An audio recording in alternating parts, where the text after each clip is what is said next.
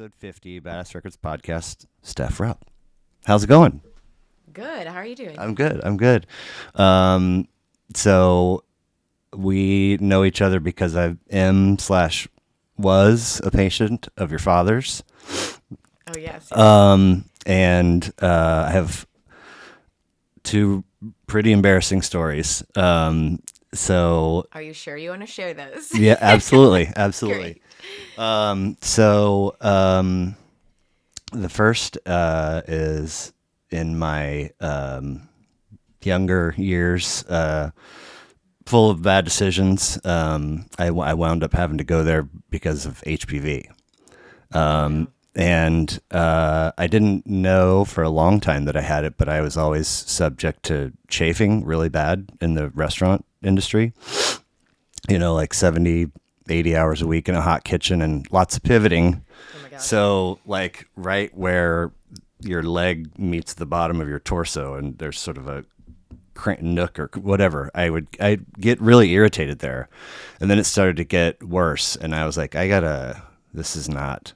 So I wound up, and so I had to go a bunch of times to see him to have this area treated. And I swear, every single time he's got like some smoke show female intern with him. Do you mind? It's like, I have to take my pants down and hold everything, and so that's one reason why I've had to see him. The other is I've gotten cysts.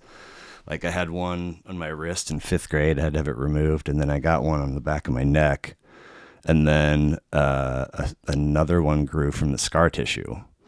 Oh my gosh. Yeah. And then I didn't have any for a while. And then I got one here and I went, and this is the last time I saw him. And I was sitting there and like all of the whatever paneling or floor strip, like where the wall meets the floor, was like torn up and kind of damaged looking. And I was like, that's interesting. And I'm sitting there and I'm looking up and there's this framed piece on the wall that says, follow us on Instagram and Facebook. And I'm like, do doctors really need to? So he comes in and I'm like, he's like, sorry about the mess. We had all this water damage. I'm like, oh no, it's whatever.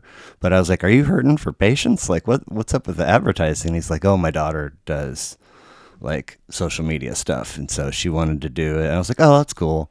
And at the time I was like, because I was trying to get this off the ground. But anyways, like, what brings you in? I was like, I have a cyst that I need to have removed. And he's like, cool. And he has no female person with him. And I was like, there's no, and this, every time I've been to him for a cyst, that's been the case. And I'm like, why is it that every time I see you and I have to take my pants off, there's another female observing? But when it's just right, anyway, he started cracking up, and and in the same conversation, I was like, oh, I forgot, I think, or didn't know that you had kids. How many kids do you have? And he goes, well, right now I have 4. And I was like, you got plans to have more, like in the future? And he goes, I used to have 5. And I was like, what? I mean, it got like, pin drop, and there was a nurse behind like typing, and I turned and looked at her, and she just kind of like, gave me like this nod, and I was devastated. And he stepped out of the room, and I was like, oh my God. She's like, don't, it's fine. And I was like, when? And she gave me a vague, and I realized that I had already been a patient of his whenever this happened. And I just didn't know at all.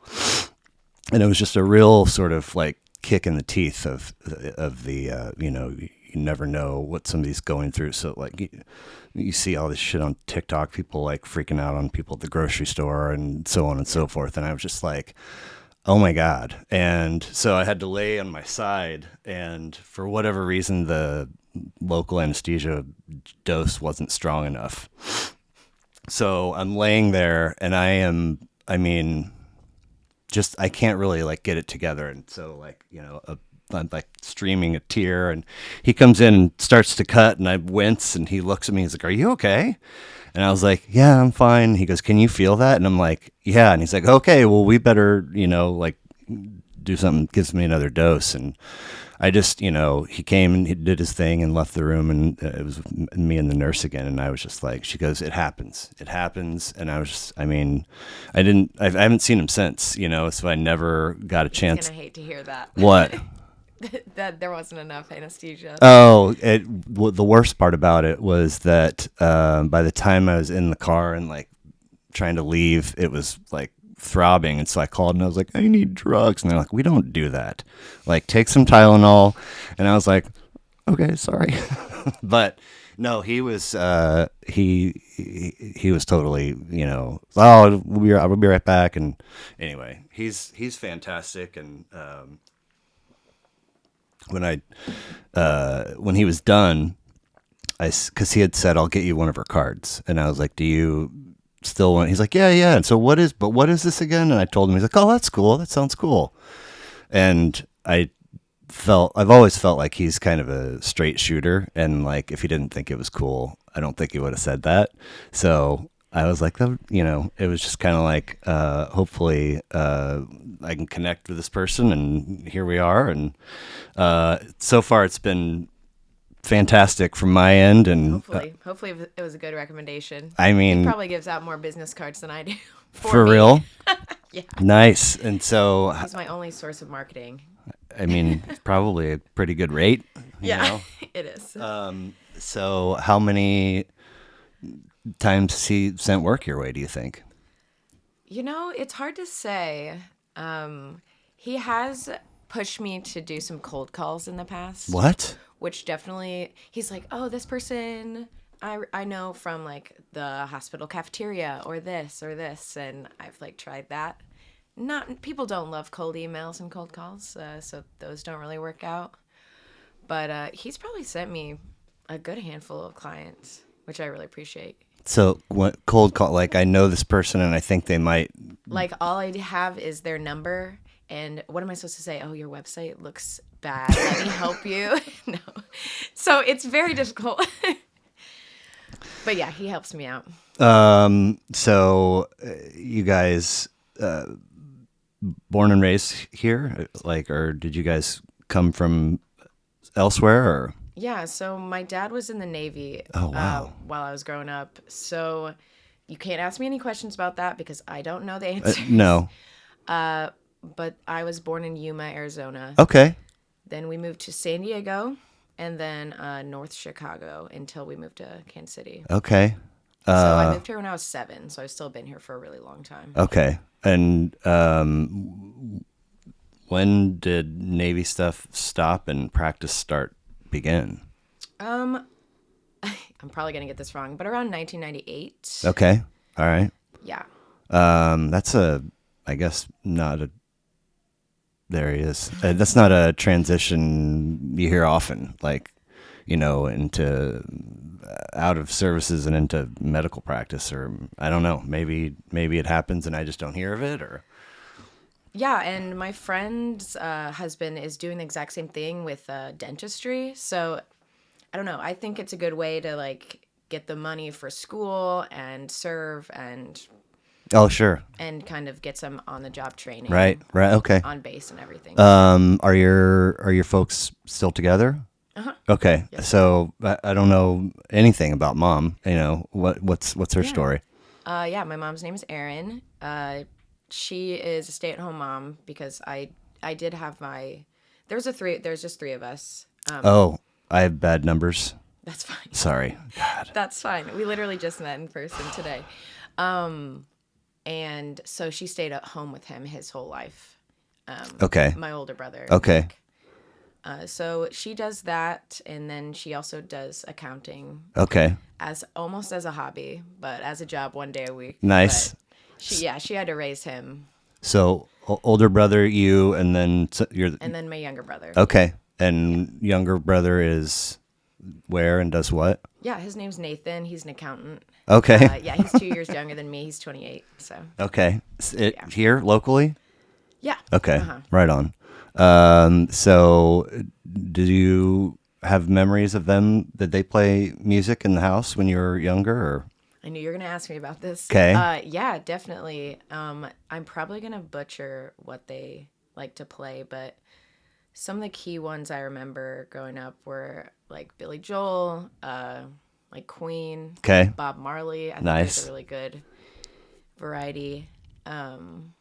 But I'm so bad at knowing all those like classic rock bands and Nah, everything it's that they all kind of just jumble up in my mind. But oh yeah, good stuff. and then like, is there a first record that was like first acquisition or first love for you, starting your own collection? Yeah, definitely. Well, I'll start with one that's kind of a joke, but the first like artist or band that I remember liking was In Sync, Okay. just because my mom just became obsessed, and I thought it was kind of like well, it wasn't really for my age group. I was like, well, yeah, I was 10. It was for my age group. Sure. Yeah. Sure. Yeah. Like a tween girl almost. So I thought it was kind of funny that she liked them. But Now, is she like watching music videos of theirs or seeing stuff on TV or just listening to them or all the of above? it. Okay. Yeah, so that ended up being my first concert at Arrowhead. Oh, wow. Big crowd, I'm guessing. Yeah, it was good. Okay. But I was so young. It was just kind of silly. But Did she go with? oh yeah, Okay. definitely. Nice. Yeah. They probably just had to bring the kids along instead of getting a babysitter. So Yeah. Well, I'm going to let him out real quick. Sorry. sure. All right. So, In Sync, first concert. Any others from? Yes. So my real first album, I didn't really listen to music on my own before. Really? Before middle school, Okay. when I discovered Fall Out Boy. Yeah. And that album, I think was their second album, was From Under the Cork Tree. And I don't know, I must have heard like Sugar We're Going Down on the radio or something. And my little tween soul said, oh yeah, this is it. So they were the first time I ever listened to like music on my own. Okay. And how did you consume that record? What, this is 04, right? When it came out anyway. Ooh, that's a good question. I bet it was like on my iPod I Shuffle figured. Right? or Yeah. Mini or something like that. Nice. Yeah, I do still have the CD too. Okay. Yeah, definitely have a lot of CDs from my teenage years. Okay. Still. And where are they? And do you drag them out? I mean, what? I don't think I use any of them, but they're still in just a blob in my car, just an unorganized. All of them? Just like 10 of them. Okay. Okay. And then probably in a box in one of my closets at home too. Okay. You still have stuff at their place? No, at my just Oh, at my your house, place. yeah. So you got nothing there? Just a couple Okay, boxes. okay. Like old keepsake stuff. Sure. Maybe not as much anymore. Well, my sister and I, she was on for episode 15, and we just, I mean, joked, but sadly reminisced on just the numerous kind of clean sweeps of our stuff that we didn't know about, and like Oh, no. all like anything keepsake, valuable, sentimental or actually otherwise just gone, like and it was like just her and this in Prairie Village with a very large basement. And it's, Yeah. all contained to one small corner and on shelves and boxes. So it's not like she needed the space. She just can't have clutter, I guess. I don't know. I love clutter. I'd be so upset if anyone got rid of my stuff. I know. Oh. I love clutter. Which was really weird because, so my folks split like 80-ish, 1980-ish, and then they both, I'm pretty sure they both remarried in 82. And her new husband's job took him like immediately to Atlanta. So we go there and we're there for 3 years, and things ended very quickly. And she just, do you want to stay here where your friends are? Do you want to go back to KC where dad is? And we're like 100% dad. And there was like, I mean, again, it happened so fast, but there was one, if not two, like huge boxes full of like I know all of my school stuff in the beginning of my pennant collection that just didn't make it some for one reason or another, and her ex was like, yeah, I'll get it to never came, never saw anyways. And we talked about that Dang. often, over the years, like, oh, I bet that looking for something at Christmas time or whatever. It's like, oh, I bet it was in that one box. And then just for her to be like, anyway, just trash, trash, trash. But so when I was, kicking myself sitting there talking to the nurse in your dad's office, and I was just trying to come up with anything, and the nurse is like, yeah, she does this thing like it's a cheese blog. Oh no. And Yeah. I was like, oh, interesting. Okay. And I remember at one point, probably when we first were communicating, like looking it up, or I think maybe there's a link to it in your sign off. Yeah, in my email signature. But I think when I looked at initially, it seemed like maybe you weren't, like you had given it a whole bunch of time and energy, but maybe weren't anymore. And so I was curious if you could tell me about Yeah. how that project started and what it looks like now. Yeah, sure. So I started my Casey Cheeses blog in 2016. Okay. Honestly, not any crazy thoughts behind it. I love cheese. I love photography. And I was out there just every time I would go out to eat, be taking a ton of photos just for fun, just as a hobby.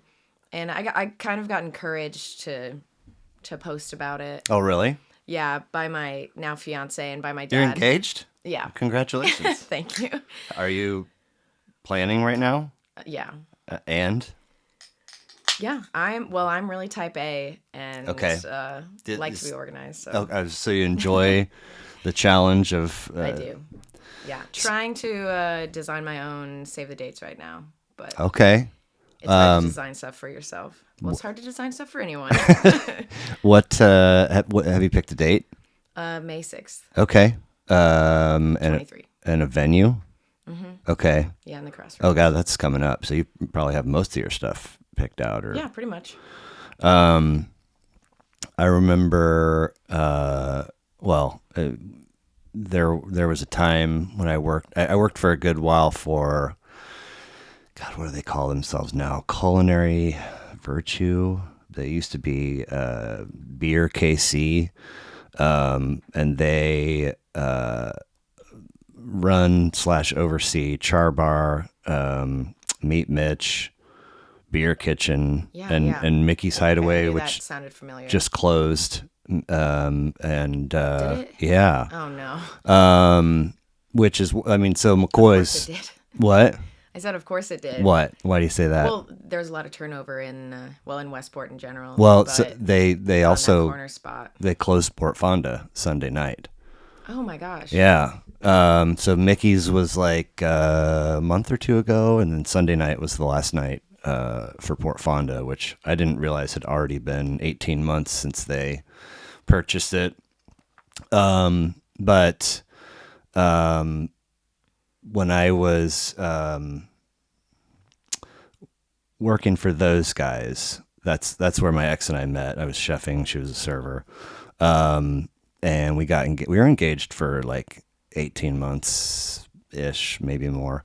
And so anyway, one of the owners/managers of that company, as a salaried manager, he always made us read these monkey books, and it was like the 5-minute monkey manager and how to be organized and have goals and check off your progress. And like, so we had this deal where like we would get reimbursed for going out to eat, like at a new place, and do a little write-up and to give you just so they can sort of have a feel for what's going on.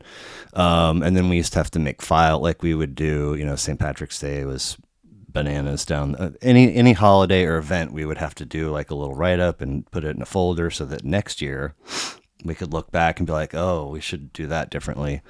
Yeah. So there was an acronym in those books called WAMISH.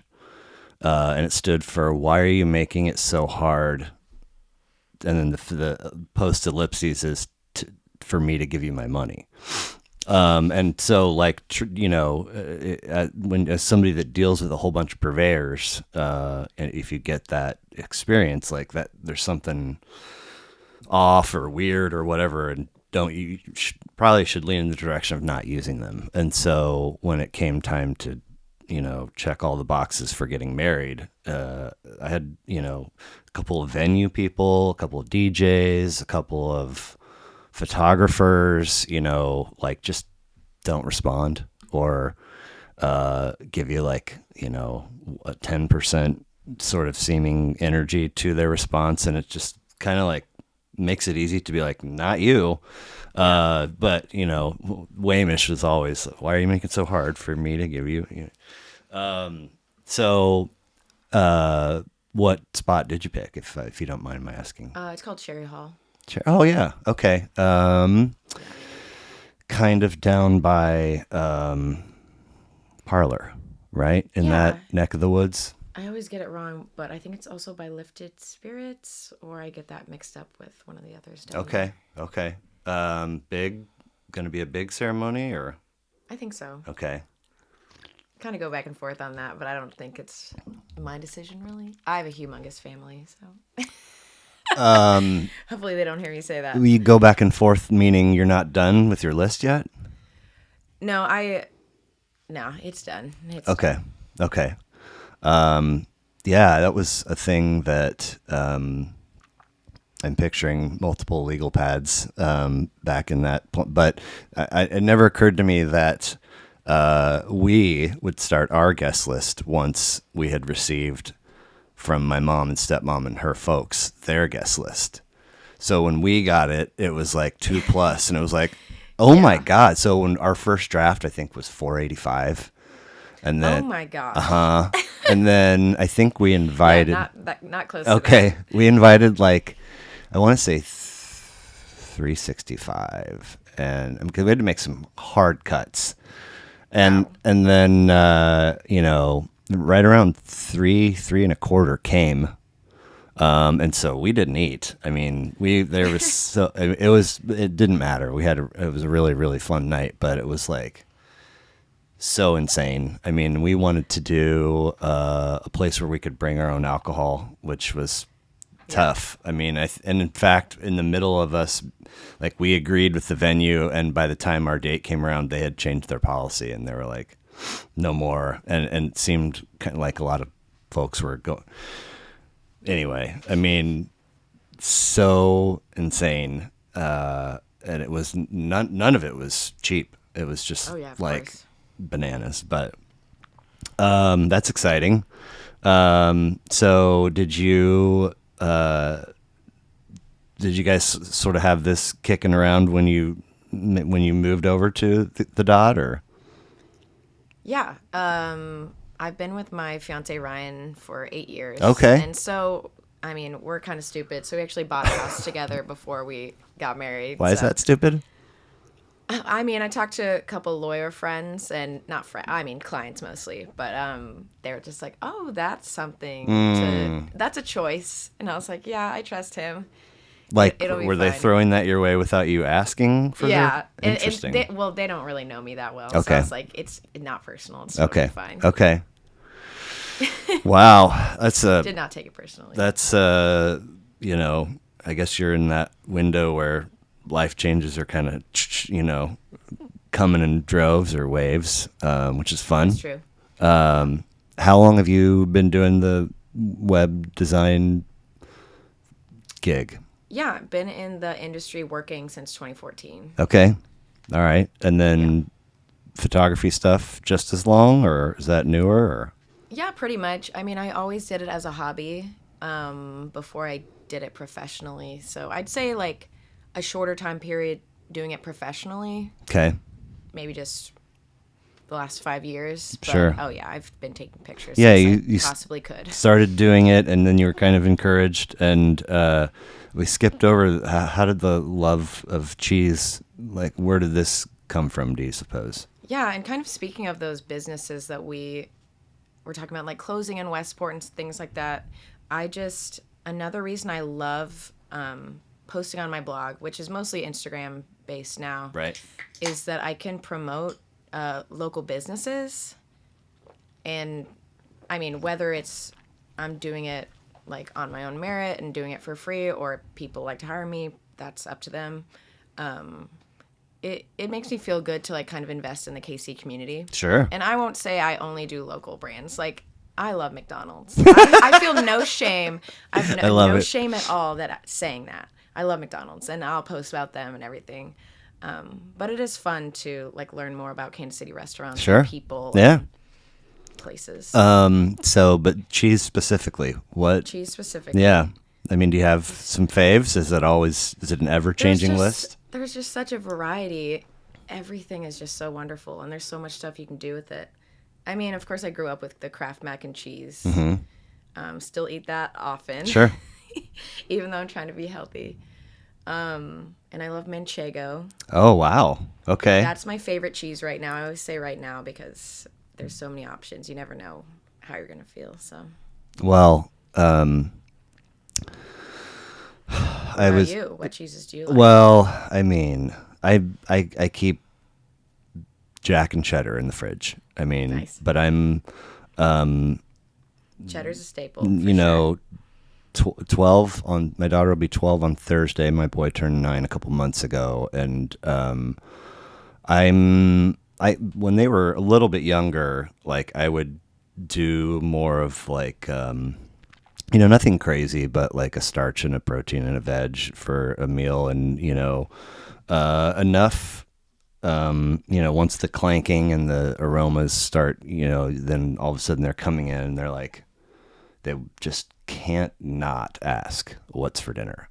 And when I was doing a little bit more of that, he's, I don't know if you'd say he's type A, but I mean, he is like, I am done being awake, and then I'm up, and this is when I poop, and now I eat, and if I can have 2 breakfasts, like he just eats and goes, and she's Got a schedule. yeah. But so he'll, like, I could put, multicolored quinoa and, feta stuffed chicken and wilted spinach, and he would, and she would be like, come in, and I get like a lip snarl and then maybe tears at the table. And then it's the whole, it's like we've been done eating, and I've been done with the dishes for 10 minutes, and she's still pushing shit around with her fork. And so I just, a lot of quesadillas and mac and cheese and burgers and pizza and just salad, just, I'm all about like trying to minimize or eliminate confrontation or conflict or, upset in all avenues. Especially with her. I mean, she's so sensitive and such a fascinating creature. But anyway, I was invited to this like sort of friends holiday thing Saturday, and it started off like they hollered at me late night for this outing last year, and they're like, "Come meet us at the Brooksider." And I got there, and I was like, "Oh my God, you guys are trashed, like what?" And they're like, "We rented this igloo thing, and you get, like nice service and drinks and meals." And then they went out, and then this was the final destination of the evening. And so they're like, "Hey, we're gonna do that again. We're gonna do the igloo deal at like, so meet at our house. And then we're gonna do that at 7, and then we're gonna go to Port Fonda at like 11, and then who knows after that." And I was like, "Oh, I already feel hungover."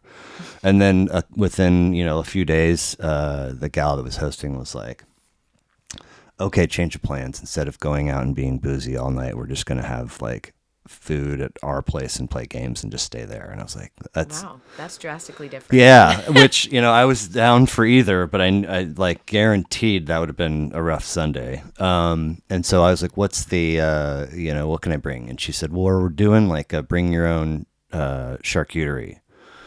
Yes. And so and so's doing Mediterranean, so and so's bringing oysters. and so-and-so's bringing blah, blah, blah. And I was like, all right, well, I'll do traditional if that's not spoken for. She's like, go for it. So I went to Cosentino's and just, you know, all the while, like just red flag after red flag after red flag. You're doing this wrong. You're doing this wrong. And then when I went to check out, it was $250 like Yeah. ingredient. And I was like, That can happen so easily. man, I can't. And hurts. just I was like, I'll figure it out. But you know, I wanted to have like a whole Kansas City Canning's got a cool like whole grain mustard. There's these Yeah. like sweetie drop little mini red peppers, some like French cornichons, like a fig jam, a sour cherry spread, and then like, you know, 6 kinds of cracker / bread meats, cheese. So I ended up with Humboldt Fog. Oh, yum. That's one of my favorites. God, it's so good. Which I knew. Why do we not have this out here right now? I'm sorry. I I'm mean, not I could just- go get you some. just- Humboldt Fog, and then Choice. a Tennessee whiskey Bellavitano, a horseradish Jack. I bought some Borson, but I didn't end up using it. And then Gloucester, which every time, like I sell to restaurants for a living, like food and disposables and whatnot. Anytime somebody orders that, I'm like, wow, that's impressive. Because to me, it's kind of a pungent cheddary, but then it's like totally filled with like green onion or chive or something like that. And so, but point being, I took my thing over there and I rushed home from basketball. My son's had 2 games, and somebody was coming at 2 for an interview, and they ended up being about 30 minutes late, which was fine, but it also ended up going an hour longer than I suspected it might. So I wound up being like an hour and a half late to this thing, and I got there, and all of the food was like, you know, there was stuff to eat, but everybody had eaten. And I mean, I worked so hard on this thing, and I mean, I walked in, I was like, oh my God. And so I had just seen a TikTok or something that was like, whenever you come to somebody's house, whether it's booze or food or what, leave it there. No matter what, leave it there. Like, it's rude and cheap to like pack up the thing that you brought and take. Ooh, So I'm rude and cheap for sure. so I'm like, look, I'm going to take a step in the direction of sophistication. So I brought 2 separate bag, like nice, like a Lululemon bag and some other nice holiday bag. And one was with refrigerated stuff and one was with dry. And so I stashed the dry, and this is like, you know, all the open things that didn't make it on the plate. So if I need to refill, like I've got everything. I've got more grapes and more nuts. And anyway, so I put all the dry stuff in their pantry, and I was like, can I put the fridge stuff in the fridge? She's like, sure. And then the thing, you know, some people came over and dabbled in it, but very largely untouched. And I was like, My heart is broken. I know. And so I was like, I'm going to leave this. She's like, I'm leaving town at 6 a.m. because my grandmother's in hospice. And so he's going to be home alone with, he's like, you are not allowed to leave that stuff. I don't know what to do with any of it. And I was like, fuck. And I got the shelf stable bag, and I was like, do you want to at least pick some crackers and some nuts? Aren't you hosting for any other Christmas things? And she was like, aren't you? And I was like, no, I'm not. So she picked a few things, which helped. And then I totally forgot about a neighborhood thing the next night. So I was able to assemble another one and that one I was on time for. And so, but point being, there are so many insanely good cheeses, especially, I mean, even your Price Chopper will have the little case full of, you know, exotic. I like to give a shout out to Aldi. Okay, as well. for cheese. Yes, really? For cheese, and it's the most affordable one. Yeah, because even like I go to Price Chopper and I spend like $50 just on cheese, but if I go to Aldi, it's only like $12. Oh my God! Then Better Cheddar was like $50 the other day, but it was also for in the village. for an event. Or is there Finally went to the one on the plaza. Oh, there. For some Oh, reason, it had been years since, okay. or I'd never been there. I never been to that one before. Okay. But I go to the one in the village sometimes. My sister. So my mom's place was right up the street from the shopping center, and my sister Yeah. worked there for like 7 years. Anyway, it's something. It's a wild world out there in the land of cheese. Yeah. Oh my goodness. So, oh, Well, in summary, I am doing my cheese blog more regularly now. okay. I even kind of added it to my own personal website, kind of added Okay. my business plus my cheese hobby Yes. together, just so I could be more consistent with it. Okay. So, yeah, I've had a lot of fun doing that recently. Cool. Of course, it stopped in 2020. That's when I took like a huge break and That probably would have now been when came I. back from it. So, Yeah. it's good. Yeah. It reminded me of, I think, episode 43. They have 3 kids, and we wound up talking about groceries. And he's like, we go to the store every day. And I was like, Oh my gosh. excuse me? And he was like, that's like one of the primary things we text about during the day is what's for dinner. And so we're Price Chopper, Cosentino's, Aldi, Whole Foods, Trader Joe's, and they like love it. It's like this daily adventure. And I'm like, I can go 2 weeks, you know? I can go 3 months, and I don't even know how. I don't know where What? I am or how my body survives. I'm not joking. We go like once a summer because we're so busy with Ultimate and everything. And I'm like, what am I eating? What am I actually eating?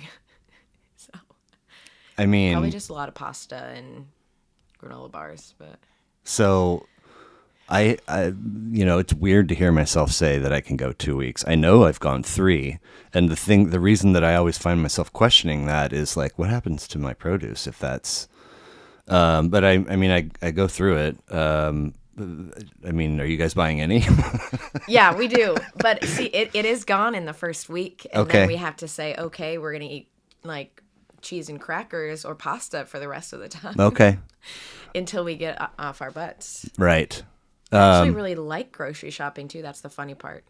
I like just walk around really slowly and pick out anything that I want. I am like, if they're picture a person in the parking lot challenging me to meet my Timing, yeah. best. I just, Yeah. I want to get in, get out. Yeah, it's wild. But I'm learning that there are people that go every day. I was like, oh, I think that this is what I'm doing is just totally fine. Like that, it could be a totally different ball game. But so when you shot me your list, we've got a couple of artists that you hit several times, and then some outliers. So I'm just kind of going to work through them in the order that you gave them to me. Sure. And it starts with My Chemical Romance, which, if you know Plate, the restaurant, the owner came and did an episode with me, and he had, what did he have? He had a Doors record, and he had a Deftones, Guns N' Roses. Anyway, I'd never listened to Deftones, but because of the similarity in pronunciation and spelling, I just always was like, oh, they're probably like Daft Punk. They are not at all. So I've never listened to these guys, but I have briefly and occasionally throughout the years like dipped into the electronic scene, not like live, but just, having a record by Propeller Heads or whoever else. And so I did the same thing. I'm like, I bet these guys sound like Chemical Brothers. Oh. Nope, not at Yeah. all. So 3 Cheers for Sweet Revenge 2004. It's quite the title. I mean, sassy, like in your face, and Yeah. compelling to like sort of figure out what the story is. How did these guys wind up in your lap? Yeah, so I mean, Fall Out Boy was probably my little like gateway drug into more like emo, pop punk type bands. Sure. So they definitely came first, but then the very next band was My Chemical Romance. Okay. And I was only still about 13 or 14. So listening to some of their like darker songs, like they have songs called Cancer and Dead and Yep. other stuff way worse than that, honestly. Mm-hmm.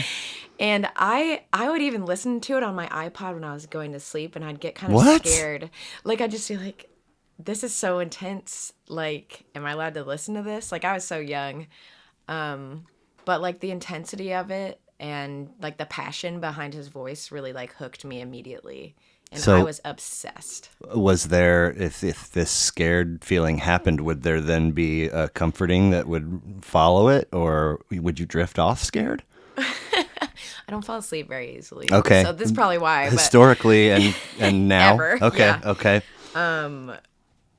yeah, so I don't know. That was like the intensity that I needed, which definitely is a theme throughout everything I listen to. Yes. Which I realized over like probably actually over like 10 years that I just really like intense, passionate music. Yeah.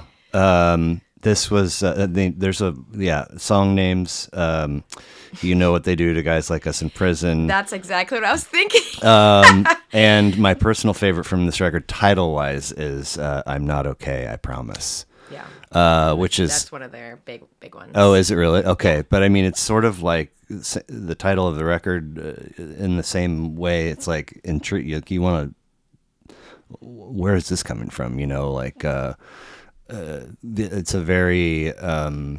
I mean, 2004 was a different time in terms of, I think, in terms of how we looked at mental health. Absolutely. But like that's, I put out a track with that title today, and I think people are going to be like, I don't know, either praise you or criticize you, you know, definitely.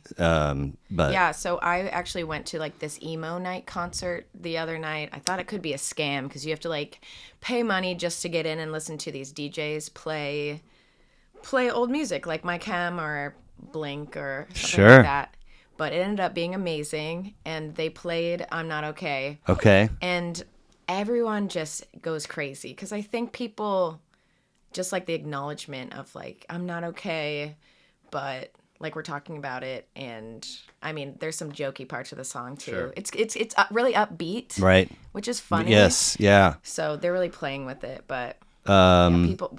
Anyway, the point was people just still go crazy for it now. How did you find out about this little event? Just everything on social media, Sure. you know, like Facebook usually. And you thought it was a scam because there was a money part up front? Yeah, just because it was kind of pricey Okay. just to like go to a venue, and I'd never heard about an event like this before, but it was incredible. Did It you was did so you know worth the it. venue beforehand? No, I'd never been to the Truman before. Oh, okay. But it was really great. Right, It nice. was fantastic. Nice. So There's an interlude about halfway through that is only like a minute and a half, and I don't know why, but Yeah. it feels very, very Radioheady, which was weird because I didn't get that feeling for any of the rest of the record. But just a curiosity. The rest of the record did feel like loss. Like there's this vibe of loss coming in and out of a lot of the songs. I don't know if that's actually what's happening, but I think it adds to the intrigue and the curiosity. Black Parade is 2006, produced by the band and Rob Cavallo, I'm not sure how you say it, but different than the previous, and it immediately, like track one, it sounds and feels different. And that Yes, dude definitely. worked with Green Day and Goo Goo Dolls. I mean, way different feel for me. it's so much cleaner. It is. Yeah. And I think maybe a little bit more accessible. Like I could see. Unfortunately, no. There's just a little bit of a loss of the edginess to it. Okay. But I love the album, of course. So the first like 5 or 6 tracks, there's just really good energy, and I think maybe it's because it's cleaner or more accessible. I don't know, but the intrigue for me is even deeper. and the Welcome to the Black Parade was brought me to the oft overlooked. Did you grow up reading Shell at all? Yeah, yeah. Where I the can't tell you anything in it, but where the sidewalk ends, yeah, is, of yeah, course. definitely. I think before this, and then after this is The Missing Piece, which I have not read in so long. But there's a piece in here called Rock and Roll Band, and one of the Welcome to the Black Parade totally made me think of this. Oh, If we were a rock and roll band, we'd travel all over the land. We'd play and we'd sing and wear spangly things. If we were a rock and roll band, if we were a rock and roll band, and we were up there on the stand, the people would hear us and love us and cheer us, hooray for that rock and roll band. And it goes oh on. my gosh, that's so accurate. I mean, 100%. So I'm kind of like riding this wave, and then I Don't Love You hits, which, like, if it were instrumental, feels kind of like there's clarity or uplifting something, but not. Yeah. There is lyrics, and I mean, whew, dig that track. Oh, it's beautiful. Yeah, it's heartbreaking. Yeah. But So Fall Out Boy, hardcore Chicago punk scene, from Under the Cork Tree, 2005. I don't know. I think it's because I'm just a nerd when it comes to words. But I immediately pictured this massive tree with like wine bottle corks at the tip, sort of like a hanging from the tip of every. And I know that's Yeah. probably it. I don't know why. you've now made me realize that I've never thought about the album title ever Wow. in my life. Well, it made me think of this guy, which was a gift, and at the time it was given to me, I was told that there was meaning to it. It's a wire tree with a tiny little nest of eggs in it. Yeah.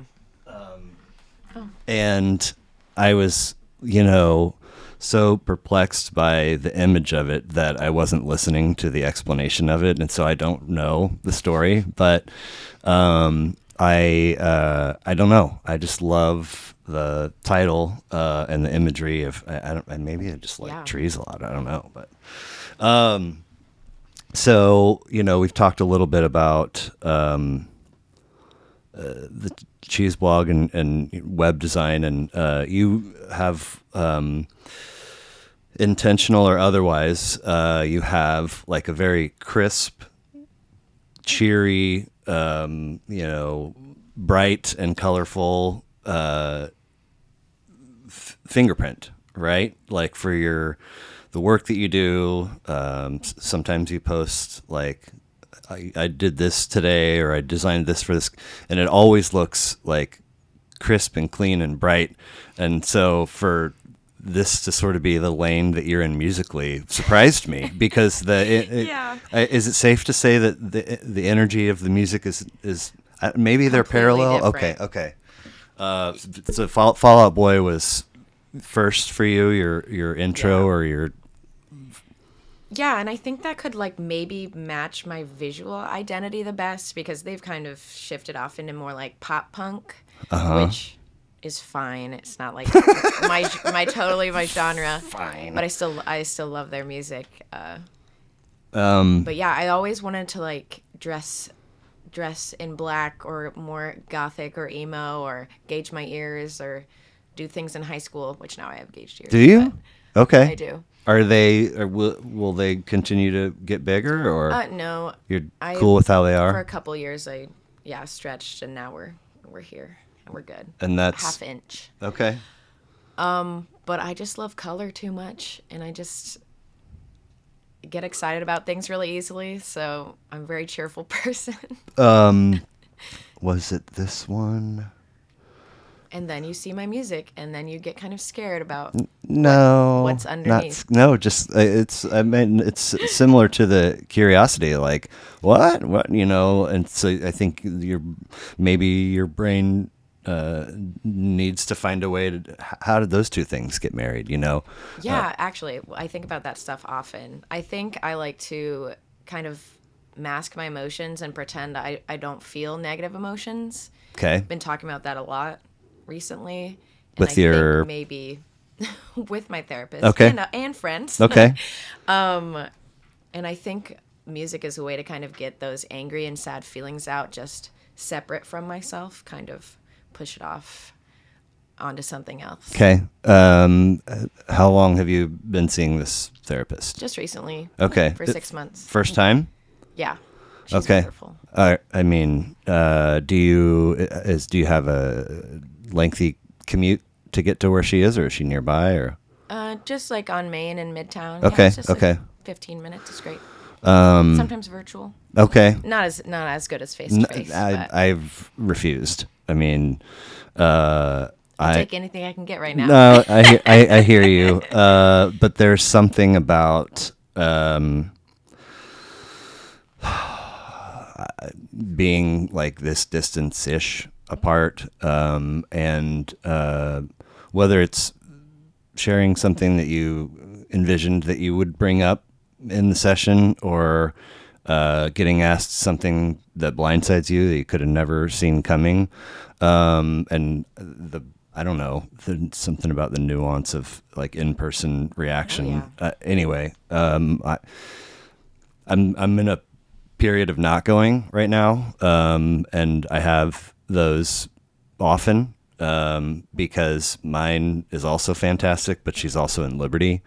Gotcha. And I just historically, like, it works best for, an 8 a.m. On a certain day of the week. And she's got a full slate, but that also means like 7:15 is my absolute last to not be late. Right. And so, but I also, when time and logistics were less of a concern, like I would go consistently, and then I would get to a spot where I'm like driving and I'm like, what am I going to talk about? And I think about that a couple days leading up, and that is always a sign to me that maybe it's a good time for a break. Because when I don't have that feeling, the feeling is there's no way we're going to cover everything I need to cover in 60 minutes today.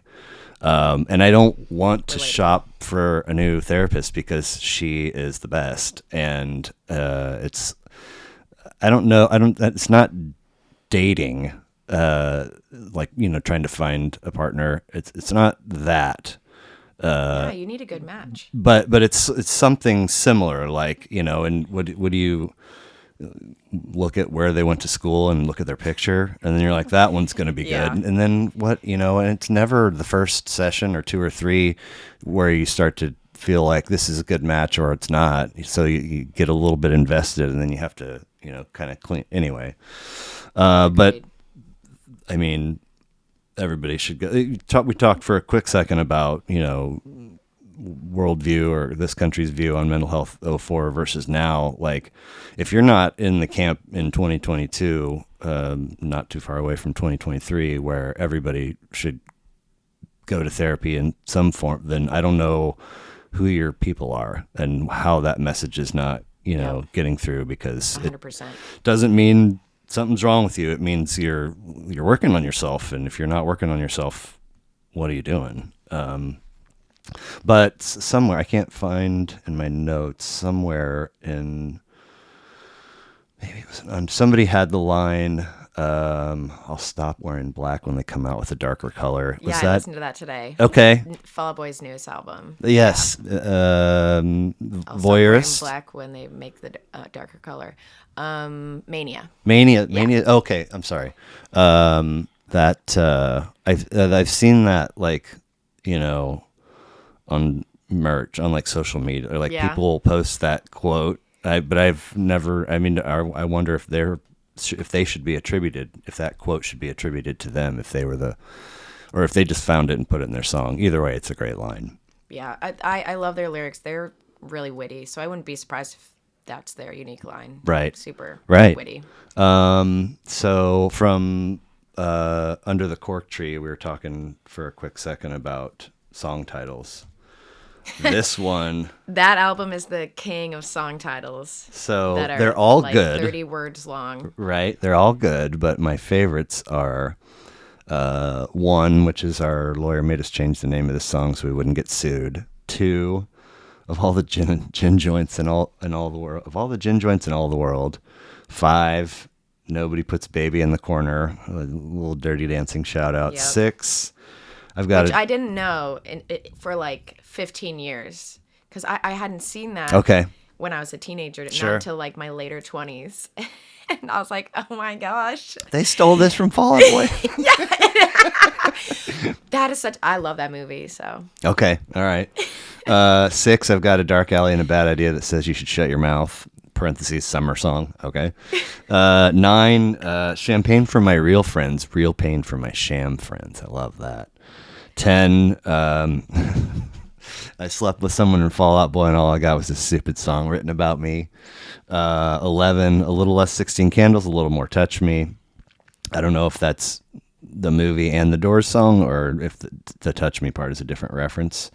And then one of my personal faves, a little Shawshank shout out, Get Busy Living or Get Busy Dying. That's where it was. So the parenthetical, I thought I saw this in an article or something, and I couldn't re-find it. But the parenthetical of that is, do your part to save the scene and stop going to shows. What is that all about? Yeah. Is that somewhere on that album? Yeah, I have no idea. I mean, I just saw that the other day too, and I said, I don't know what that means. you would think... it could be sarcastic. Yeah, I don't know. I mean, but you would think that any and all music outfits would want their fans to come to their shows. I was like, oh. Because you need multiple streams. They're sassy. Everything they do is For really sure. fucking sassy. So. So Mania, 2018, 10 songs, 36 minutes. Like, in, out, on with the show. I mean... That makes sense. It didn't even last my whole workout that I did today. Okay. What, are you cardio, or do you have a specialized thing, or do you lift, or all the above? Yeah, I'm doing some HIIT stuff right now. No High idea. intensity Oh. interval training. Okay. So it's like you do an exercise for like 20 seconds and then move on to the next thing, rest for 10 seconds, do something else for 20 seconds. Right. It's like a mix of lifting and Okay. cardio. My buddy in Denver, he and his wife opened a spot like that in Littleton, actually, where the dude called Spanga, and it's like that. I mean, it's not. I mean, she told me the last time I saw her, like, she'll do CrossFit till the day she dies. But so it's not that, but it's similar. There's, I think there's 3 phases, and you hit each phase with some kind of intensity. And so, quick album. 5 different producers plus the band. Way different feel from Cork Tree. Under the Cork Tree. More diverse. Like the sound spectrum is kind of got some different angles. I'd agree. And it's Still really cleaner. It's crisp, Yeah. very crisp. But you're not a fan. Yeah. Give me lo-fi. Everything continues to like mature and just become crisp and Right. Yeah. I mean, we all like nostalgia, and that's just like what I used to love, and you kind of expect it to be the same. Sure. Not to veer off too much, but then My Chemical Romance had a newer album that was even more poppy, and I didn't even really listen to it because it's just strayed too far. Sure. But there's still one of my Veering favorite off bands. is accepted and encouraged, by the way. I just had to quit them. Okay. But well, I still love them I felt dearly, that. but- I felt that in your email, because it's like this record and this record, and then for these guys, you were like this record and all the stuff in between. I was like, that's a more wholesome or rounded love. You're I should right. say. For My Chem specifically, I just did a couple early ones, not the earliest, which I do also love, but now for the other bands I chose, I think each of them their newest record too.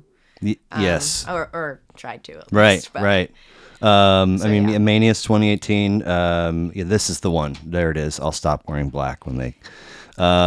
Everything in between is Infinity on High from 2005. They have a lot. Foil Adieu from Folie Adieu. Folie Adieu in 2008.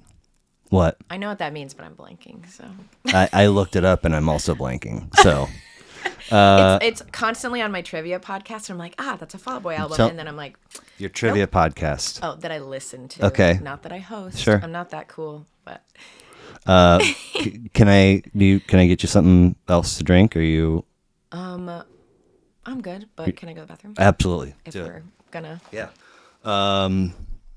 So to say it again. Foil Adieu. Folie Adieu. Oh. How the hell would I know? But there's also Save Rock and Roll 2013, and then American Beauty, American Psycho from 2015. Which doesn't cover the two, and then everything in between doesn't cover their entire discography. But it's a really good bit of. So I mean, you love and these I do guys. like their original album. Okay, too. okay. It's great. It's fantastic. I just had to pick what stood out to me the most. Right. More landmarks. Yeah, and then those middle albums I feel like have the most consistent feel between all of those than the end caps do. So kind of lump those all together, but just great albums. Yeah. So you don't necessarily care for the overall sound of Mania versus From Under the Cork Tree because of the crispness and the cleanness, or did I interpret that inaccurately? No, that's a great question. I think I listened to them for different reasons. Yeah, I think they kind of hit different check boxes. Okay. Like maybe one gets me pumped up to go work out, right. and one I'm in my feelings kind of and angry about something. They're just different. I appreciate them equally, I think, but they're very different. So I mean, Under Oath. I forget where My Chemical Romance started. Do you remember? Where? They're out of New Jersey. New Jersey, that's right. New Jersey. I saw a meme just last week, I think it was, and it was like, if your state or your hometown city, imagine your hometown has a scratch and sniff smell to it, what would it be? And the comment below is, I'm from New Jersey and I don't want to play this game. So, and in August, I'd never been. I flew out to see some shows, and I had a credit with an airline, so I had to fly on that airline, and I couldn't fly into Atlantic City. I had to fly into Trenton. And so I just, for whatever reason, most of my restaurant industry career, I just always wound up with pockets of people from Jersey. So I reached out to all of them, and to a T, every one of them was like, first thing you do is get the fuck out of Trenton. And I was like, oh, what? And they're like, it's unsafe. It's just not very clean. I was like, all right. So what I ended up doing was flying in there and then training to Newark. Get out of Newark. That's where I flew into. So I trained to Trenton and then to Philly and then over to Atlantic City. And it just, totally matched what I expected New Jersey to look like. Yeah. Anyway, so New Jersey and then Chicago and now Tampa, Florida for some Christian metal. Yes. Which I think they have said that that's not, it still is that, but it's not always meant the same to them. Yeah, a couple years back, they came out that it's not really Christian music anymore. They actually don't really. I don't want to misquote them, but they don't really believe in it the same way as they did. So it's not Christian. I'm not Christian. I never liked them because of that, or not because of that. So it didn't really affect me. But I thought I saw something where it was at least at one point,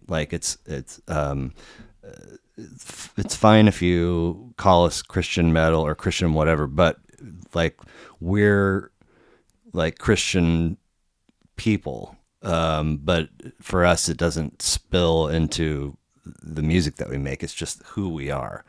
And so you put that label on us if you want, but and now that's shifted.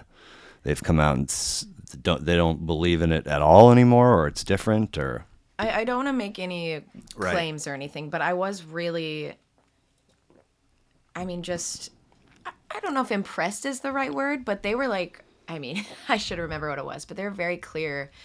They like put out a message to all their fans just to make it clear what their beliefs are and what they weren't. And I really respected that. Sure. Of course, I didn't retain like the exact wording because I was just like, well, I appreciate their honesty, their candor, and I love their music and them. But I was like, it's fine. So they're only chasing safety from 2004 was their 4th out of 9. Do you say you're in the car and you have them on? Do you sing along and try to mirror? Yeah, definitely. Really? Oh, yeah. Do you want a demo? No way. How about now? But yeah, once you learn the words, it's a lot easier to like scream along to it or mouth the words, you know. No, okay. No mouthing. So, there's a whole thought process and scientific support to talk about how you can and should do that the right way. There's plenty of ways to like totally wreck your business if you don't know any of those. It's incredible. Yeah, I don't know how to do that. There's a gal, she's come up here a couple times, called, I actually just learned her real name for the first time, but her YouTube channel is called Charismatic Voice. And she's like an opera singer. And professionally trained, like, anyway, so she reacts to songs, and it all over the place. I don't think I've ever watched her do something like this, but I've watched her do, Tom Sawyer by Rush. Oh, I love that song. And like right out of and she's amazing. Like if she's doing a 4-minute, 30-second song, her video is probably going to be 22 minutes because she likes to pause and go back and talk about the things that she likes. It's a reaction video. But immediately she's like talking about how he's like closing his teeth where consonants end. And I was like, huh? Like, I don't, and then, there's obviously a spot in that song, multiple spots where he gets really high with his voice, and she can tell by the muscles that he's visibly using and also the way that he's standing, and that your posture can and does totally contribute to what, and it's even a deeper thing, I guess, if you're barefoot. What? Yeah, exactly. Okay, that's wild. Yeah, I know. I believe it though. But I've seen a couple folks like, not either they don't know the right approach or they are kind of close, but their lifestyle is not refilling the tank and they're not taking care of them. And so they do damage and then they have to cancel like entire tours. Cause that's not a 36-hour recovery. That's, maybe forever. Anyway, really, really fascinating. How did these guys wind up in your lap? Yeah. So in high school, I just specifically remember my friend letting me borrow his CD. I'm extremely outgoing and extroverted, so I don't know. I'll talk to anyone. Okay. And sometimes they talk to me back. Anyway, and we just met in class, and he had a much more edgy look, kind of like emo kid. Sure. And I was like, okay, maybe he likes. This is here? Yeah. You came here at 7 or 7th grade? 7, yeah. Seven. When I Okay. was 7. Okay. So yeah, this is at Shawnee Mission Northwest. Oh, I was just gonna say, were you public, private? Yeah, Okay. public. All right. Yeah, so we just met in science class, and I thought he looked really cool. Just talked to him. We became friends. I thought he might like my bands, but he had a different taste, like Okay. Under Oath. And I, that's the end of that. Just Okay. started listening to Yeah. them, and I don't think he and I ever got to go to a concert together. Oh, bummer. But What's he doing now? I'm not sure. Oh, he lost I hope touch. he's well. Right? Yeah. Yeah. Yeah, he's great. So Northwest, and then where from there? Did you go? I went to K-State. Okay. Kansas State, just to be clear. Yeah, and What- then came what- back here. Were you looking at other schools, or did you know you always wanted to go there? Or Honestly, it was pretty much out of laziness. I didn't apply anywhere else. okay, But I didn't want to go to KU because that's too close to where my parents live. right, So right. had to rebel a little and go further away. But And that was that. okay, and so I mean, K-State's the next best option. Is that the thinking at the time? Yep. Next, Okay. next best, next closest. They Right. have a great engineering school. Okay. Even though I didn't end up graduating from that. That's okay. Shifted course a little. Yeah, I was,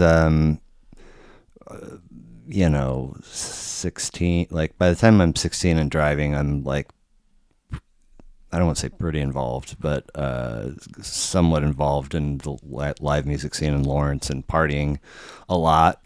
And so when it came time, I was like, this is gonna spell trouble. So I went to Pittsburgh State for a year just to not get lost in that sea, which didn't. It was whatever, but I was gone after a year. And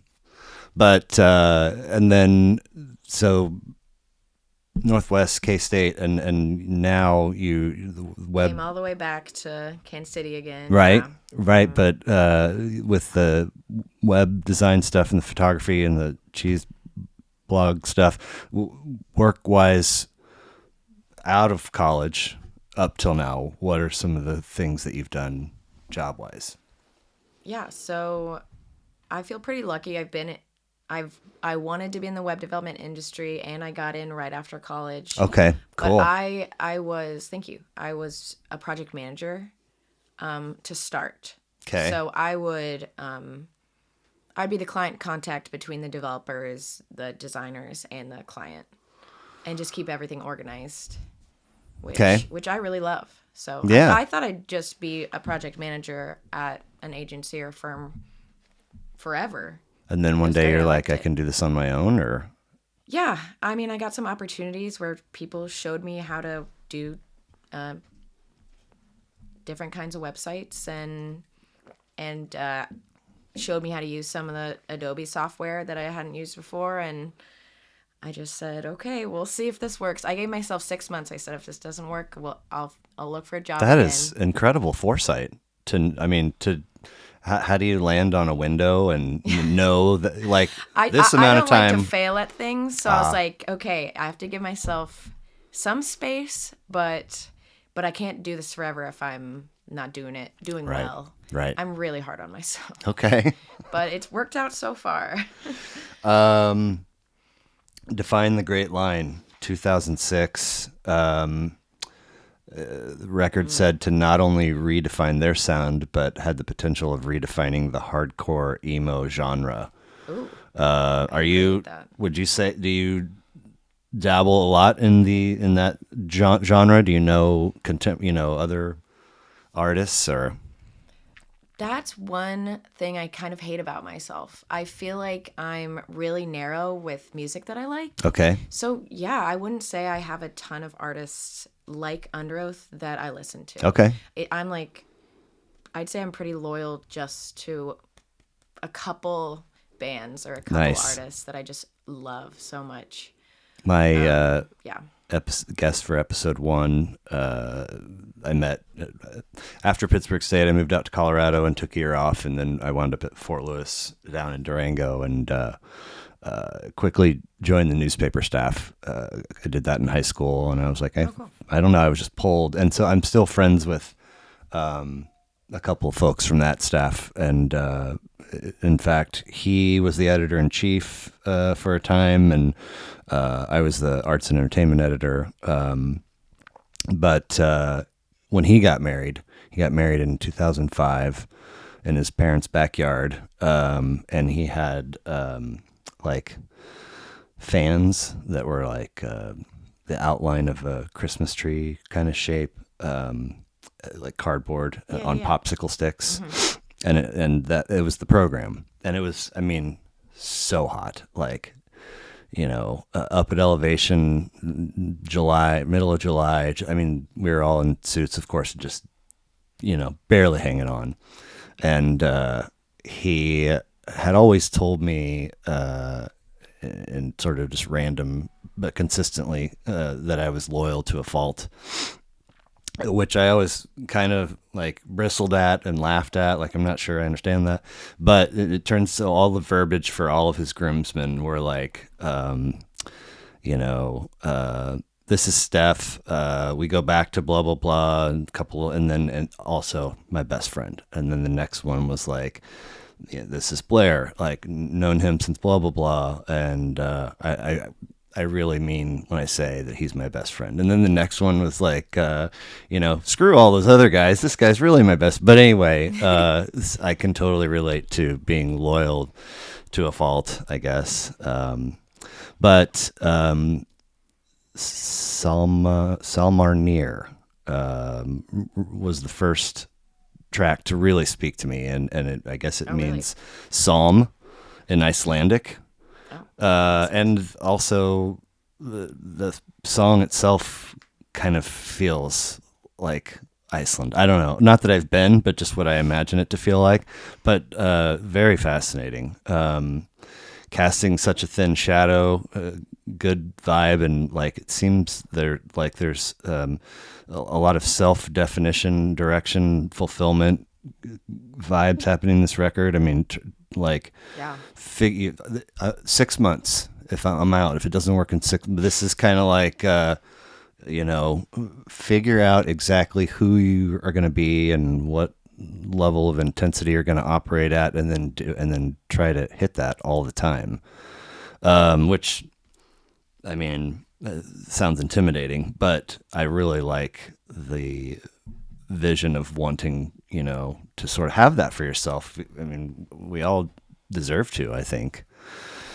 And Voyeurist from 2022. I mean, you just are new music all over the place with your list. Yeah.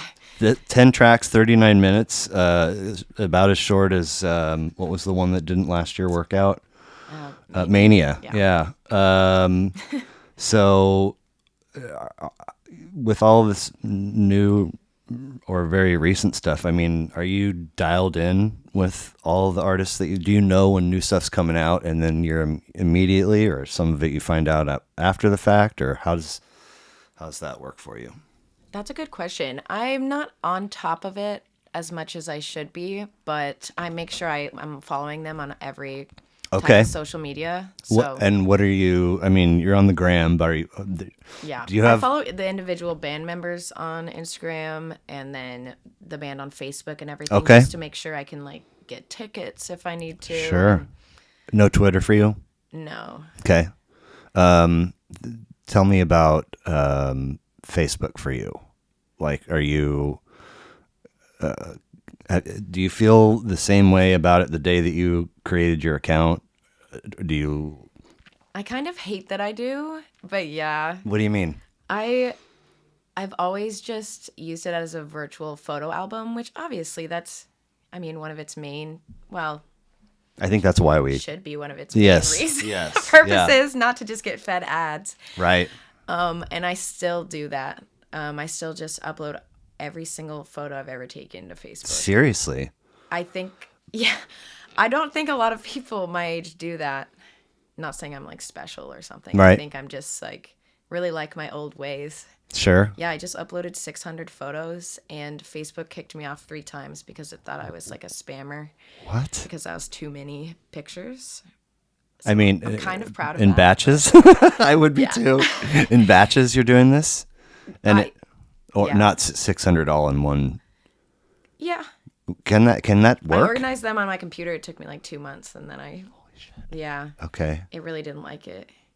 Well, I Yeah, mean, wouldn't let me tag all of them in one day. I had to tag them over a course of like 2 weeks.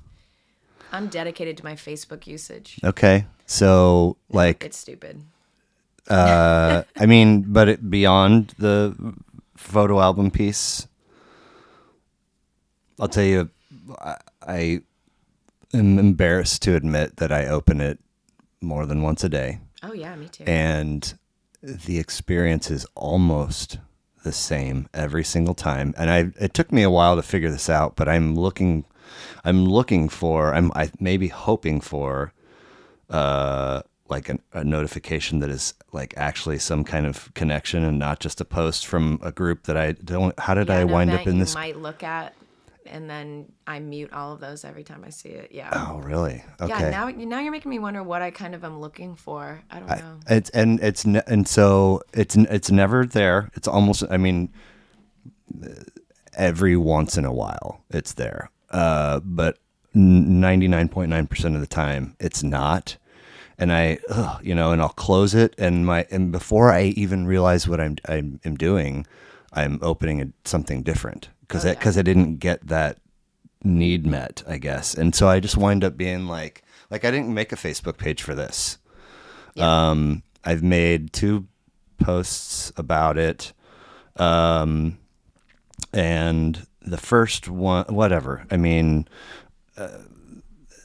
I think I made the post whenever episode 1 was up, and then there was like just some activity in the comments of the Facebook posts, and I was like, first of all, I don't want that because I've done with my 2 newspaper buddies, we did a blog for like 3 years, and then I had a couple other. I still have one, but whatever. And so if anytime I share that stuff to like just activity in the Facebook post comment section, I'm like, go to the thing. The thing has its own, and then if it's negative, I'm like, so I've just sort of been like I don't know what to do with Facebook anymore. I make Instagram posts for this and tweets, and Yeah. that's about it. But I haven't, deleted it or quit using it, and I don't know if I will. But it's a weird thing, especially I think just really in the last 6 months or so.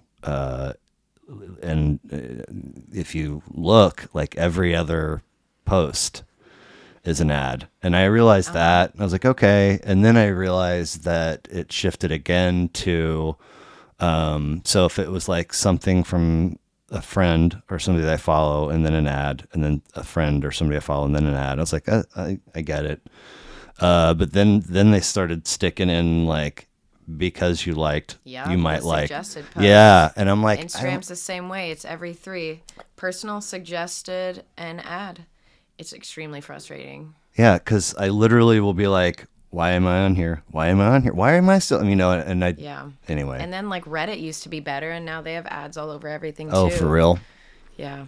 How active are you on there? I used to go on at least daily, Sure. but I've kind of stopped on Okay. that. Just there's a lot of. I mean, you can follow what you want to, but there's Sure. a lot of negativity. Yeah. I'm a very sensitive person. Oh my God. So am That's I. why. That's also why I don't go on Twitter. Okay. Just negativity, or like, I don't know. I do kind of go by ignorance is bliss, but I'm not totally ignorant. But Right. So Voyeurist was 2022, and then Loveless.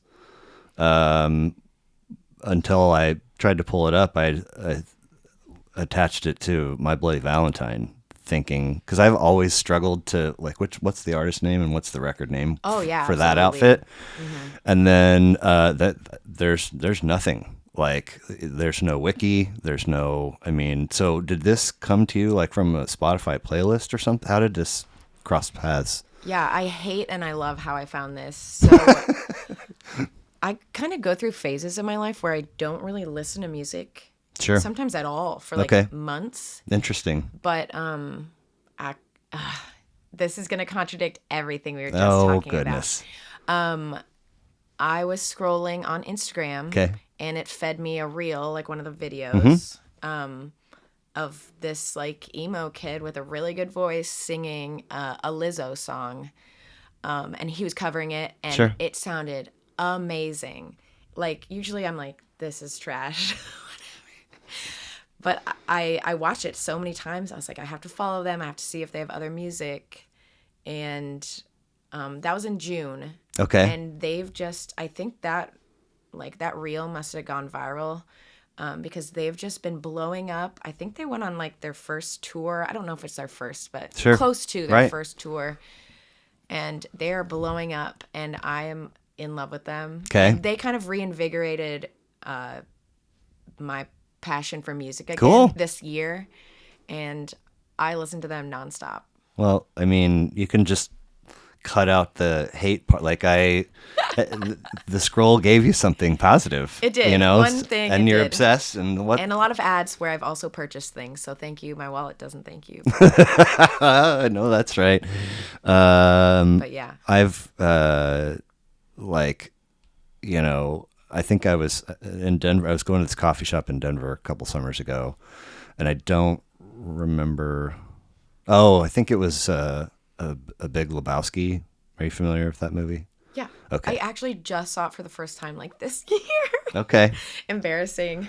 So my hockey team is the White Russians, and so it was just Nice, yes. nonstop Lebowski. Anyway, the feed gave me a in the heart of all of the ways that I've watched my experience with Facebook shift since 2008, whatever. It all kind of felt fluid and made sense until 2016 and Trump winning the president, and then just fucking negativity, like a fireworks show. And I think that fed a lot of how I feel now. It's like, you know, I really want that notification, but I'm also a little scared that it might be icky, and I don't want to be a part of that, but I have been a part of it. Like, you know, luckily I haven't had but maybe one or two experiences where like a memory pops up and I'm like, oh my God, what the fuck? Why would you do that? Why would you do that? Because it happens exactly the way you would expect it to happen. Is that there's anyway. Yeah. So Instagram fed me a shirt that said Lebowski 2020. This aggression will not stand, man. And I was like, and then I was wearing it in this coffee shop, and this dude was like, oh my God, that shirt's amazing. And I was like, I think it was a drunk Instagram purchase. And he was like, he cracked up. And then I caught myself almost saying that like several other times in totally different situations. And I was like, I should stop getting on Instagram when I'm drunk. And my wallet's just like, what are you doing? Why? You have 50 t-shirts. Why did you need, you know? But so fascinating, Loveless. And it'll be curious to see like what 2023 and beyond brings for them. I mean, Yeah, I would love to see them live. They had like 6 shows around the U.S., so it was really hard to get to Sure. one. And they sold out really quickly, which I'm really happy for them. yeah. So, you know, in the vein of loyalty or not liking things about yourself musically, I got a big list, you know, of my own stuff.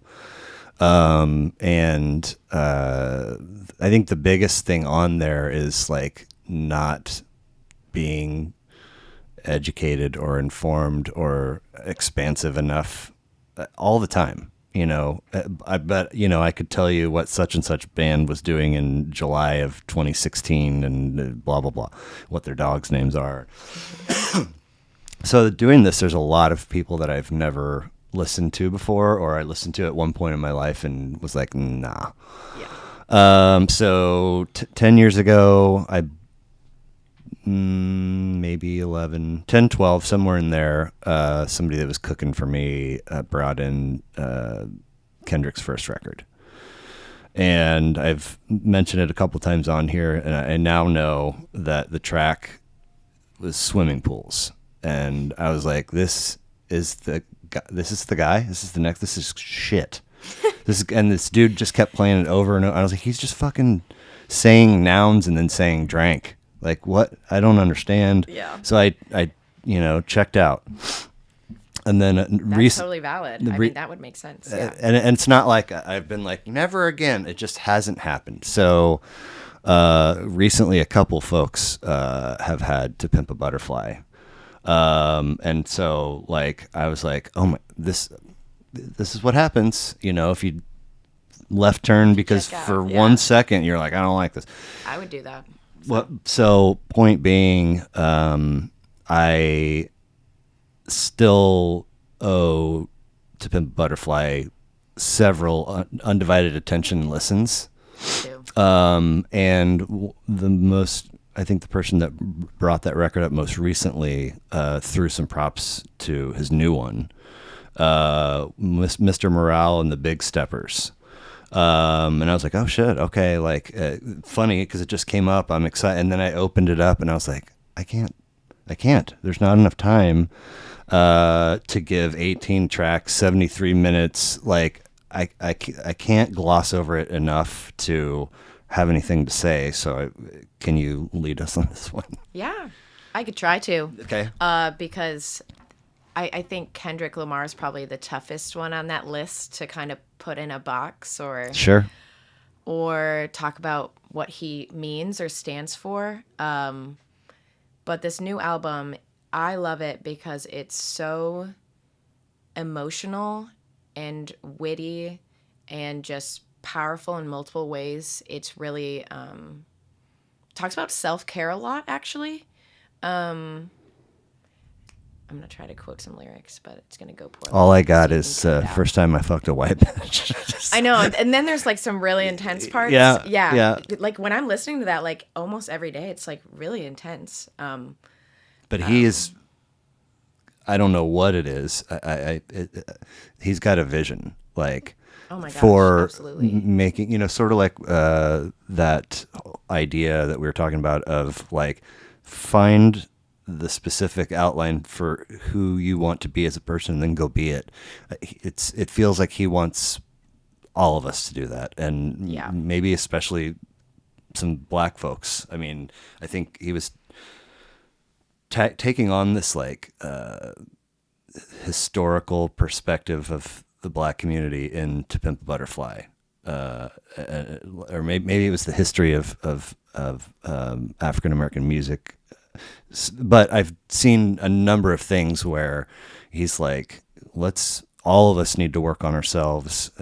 So you mentioned self-care, and totally just cut you off. So sorry. Oh no, totally fine. But yeah, it's a lot. I think there's a handful of themes that he's trying to take on or examine in this one. I mean, how many listens have you given this thing? 2 discs, as it were, Oh, I listen to this album almost every day. For real. Which is insane because I usually start at the beginning, and of course I don't make it all the way to the end most days, but sometimes I do.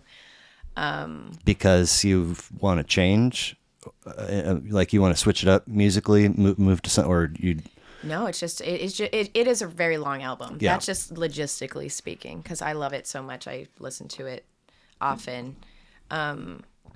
And I will say I don't understand a lot of the things that he talks about and he's going through, but I love how he's so willingly vulnerable and will talk about really deeply private things and like lessons learned from them, or just that's life and stuff like that. It's just beautiful. Yeah. And like the artwork and the videos and things he creates alongside of it, mind blowing. Are you seeing those on the gram or? Yeah. Okay. I definitely follow along with him, and anyone like And associated sure, with him, sure. because he's very like discreet with what he posts about. It's very like he has like one post every like 6 months or something crazy like that. So Are any examples of somebody that might be associated with him? um I'm gonna totally get this wrong. I don't know if it's like the label or Okay. the producer, but I think it's like PG Lang or Okay. something like that. But and then artists that he tours with, Oh, I make sure to. fascinating. That's always been a fascinating thing to me in music and in comedy. Like if the headliner's tabbing, it seems most of the time these days, and maybe it always has been, but the best comics are picking openers or maybe openers and middlers that they like firmly believe are Yeah, I maybe love they're that. not on the come up yet, or they already are, and it's turned into a sort of a wave. But like, why would you not? Otherwise, you don't want to associate yourself. And that's such a good way for us to find new music to listen to. Exactly. Found a couple of bands from openers and things Right. Right. that I still really enjoy. So, Um. So, I mean, this is his fifth of five to date. Do you know the first four that well? I mean, we talked about Pimp a Butterfly. Do you know the others very well? yeah, here and there, maybe some of the more popular songs, but not back to front like the Sure. newest Sure. album, Okay. which kind of what you were saying, like you kind of regret not staying up to date or not knowing maybe more about him, but that's what I'm going through as well. Okay. So this album to me was so like enlightening. I was like, wow, how have I not Yeah. spent more time on the rest of it? So that's actually what I'm doing right now. Okay. That's definitely a goal of mine, to Okay. become more familiar with all of his work. I don't So know. yeah, I wish I had sooner. Well, yeah, I one day. I mean, but he's part of a big list, and Oh, I bet. the big white I bet you have so much. the big white whale in front of me right now is Wu-Tang. Oh Like yeah, I cool. just know I should put that on my list too. hardly anything, and there's so much that it's almost like I don't want to talk about it because I am uneducated and I don't want to sound like an idiot. But yeah, one of I these get days, that. Yeah, I I'm get gonna that. That's why it's a little intimidating to like describe this Kendrick album, because sure. it's so meaningful to so many people, I assume. So I don't want to say anything wrong, you know. So we've talked a couple times about your social media presence, and we kind of just for a quick second talked about selling yourself. I mean, you mentioned cold calls, but I mean, so like that is a whole other.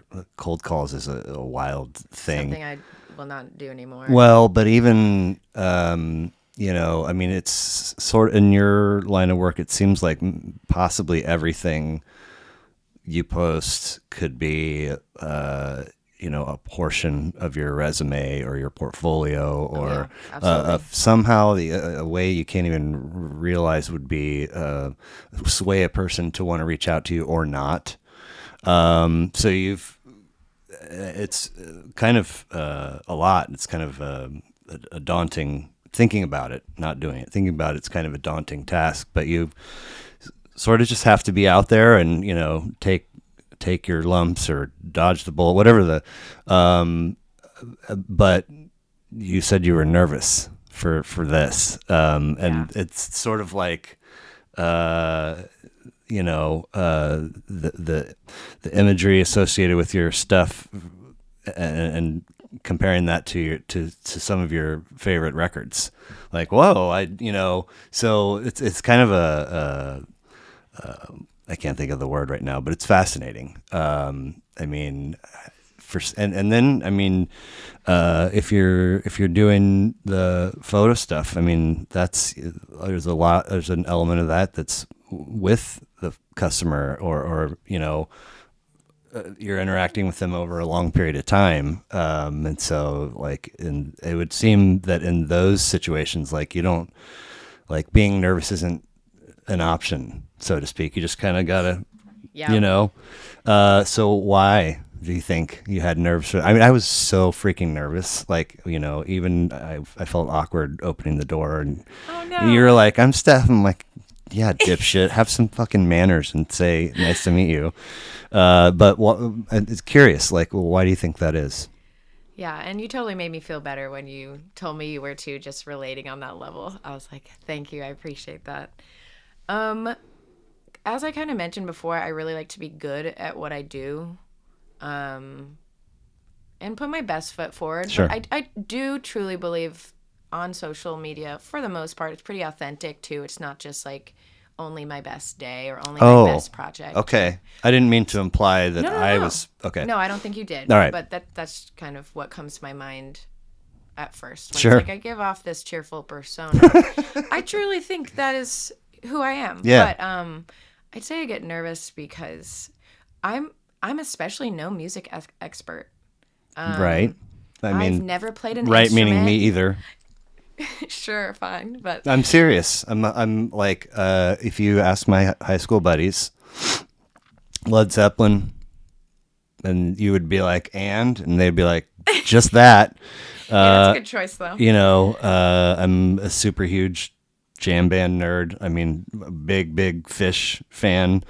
You know, I've dabbled in things. See, and I just feel lucky that you're naming bands that I know. Right. And I'm like crossing my fingers. Right. Yeah, But point being, no expert. I'm an expert in like one strip of the dental floss spool, and then all the rest is novice land. So yeah, I kind of was like, what gives me the right? I've never played an instrument. I don't sing. I have an awful voice. I really thoroughly enjoy these bands and artists, but sure, I don't know. But that's you know, they do mean a lot to me, so it's I've been talked. fun to talk about them. Cool. I've talked a couple of times about when we, you know, first were communicating, and I was like, "Here's what I want," and you're like, "Done. Start sending me episodes," and I was like, "Huh? Oh," and then the thing went dormant, right? And you had to wake it up or whatever, and then you're like, "Well, send me bio at least," and I was like, "You mean put this into words?" I don't know. I don't even know. Yeah, and a picture of yourself. No, I don't think I ever got that. Yeah, this I'm not, you know, I don't like No, a lot of people don't. It's fine. but it's you know, definitely been tough to, and I'm not there yet. But to I've often referred to the process of trying to get somebody to commit as like courting, you know, like kind of a casual, hey, what do you think? And then if it seems like they're not totally annoyed and not, you know, trying to avoid, then it's like, well, give me a record or give me something now it feels like there's some level of commitment, and then we'll talk dates. And you know, the idea was like, you know, as far fleshed out as I love music, and so let's talk.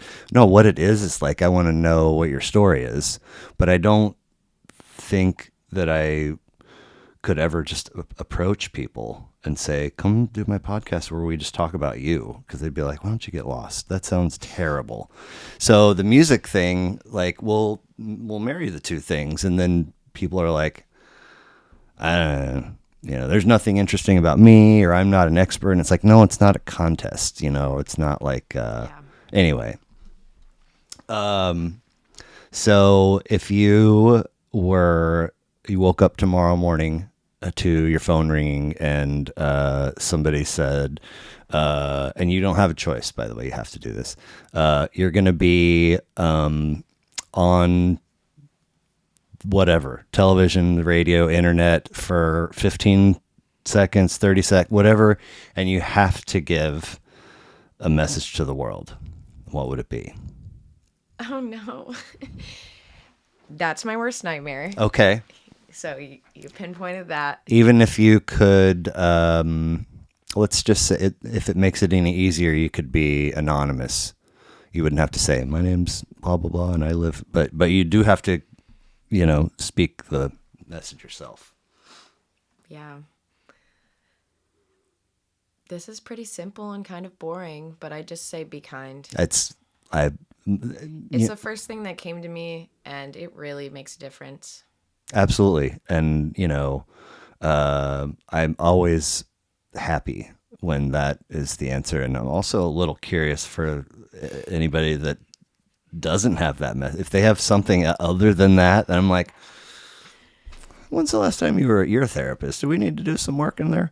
How about however it happens, lottery, inheritance, whatever. But tomorrow, you and all of your people and your fiance's people, there's more money than anybody can spend. Everybody can spend before they're all dead. Does your life look different? Are you going to keep kind of doing the things that you love, or are you going to have a complete departure and a whole new chapter, so to speak? I love that. I really think it would stay the same. Okay. You don't need money. So, right? So you're building websites and taking wedding pictures just because you love it. I really enjoy the hobbies that I'm doing, and Okay. I'm getting to do them now. Cool. Yeah, I do love making websites. I like playing Ultimate. I Yes. like traveling for Ultimate. Okay. Yeah. So, I don't know how deep into this we were. And then you just dropped that one day in an email. Like, I don't know. Maybe we were a year or 30 episode, whatever it was. And you're like, I'm traveling this weekend, and I was like, oh, what are you doing? And then just a link to like a professional ultimate frisbee team that you're on the roster of. I was like, excuse me, what?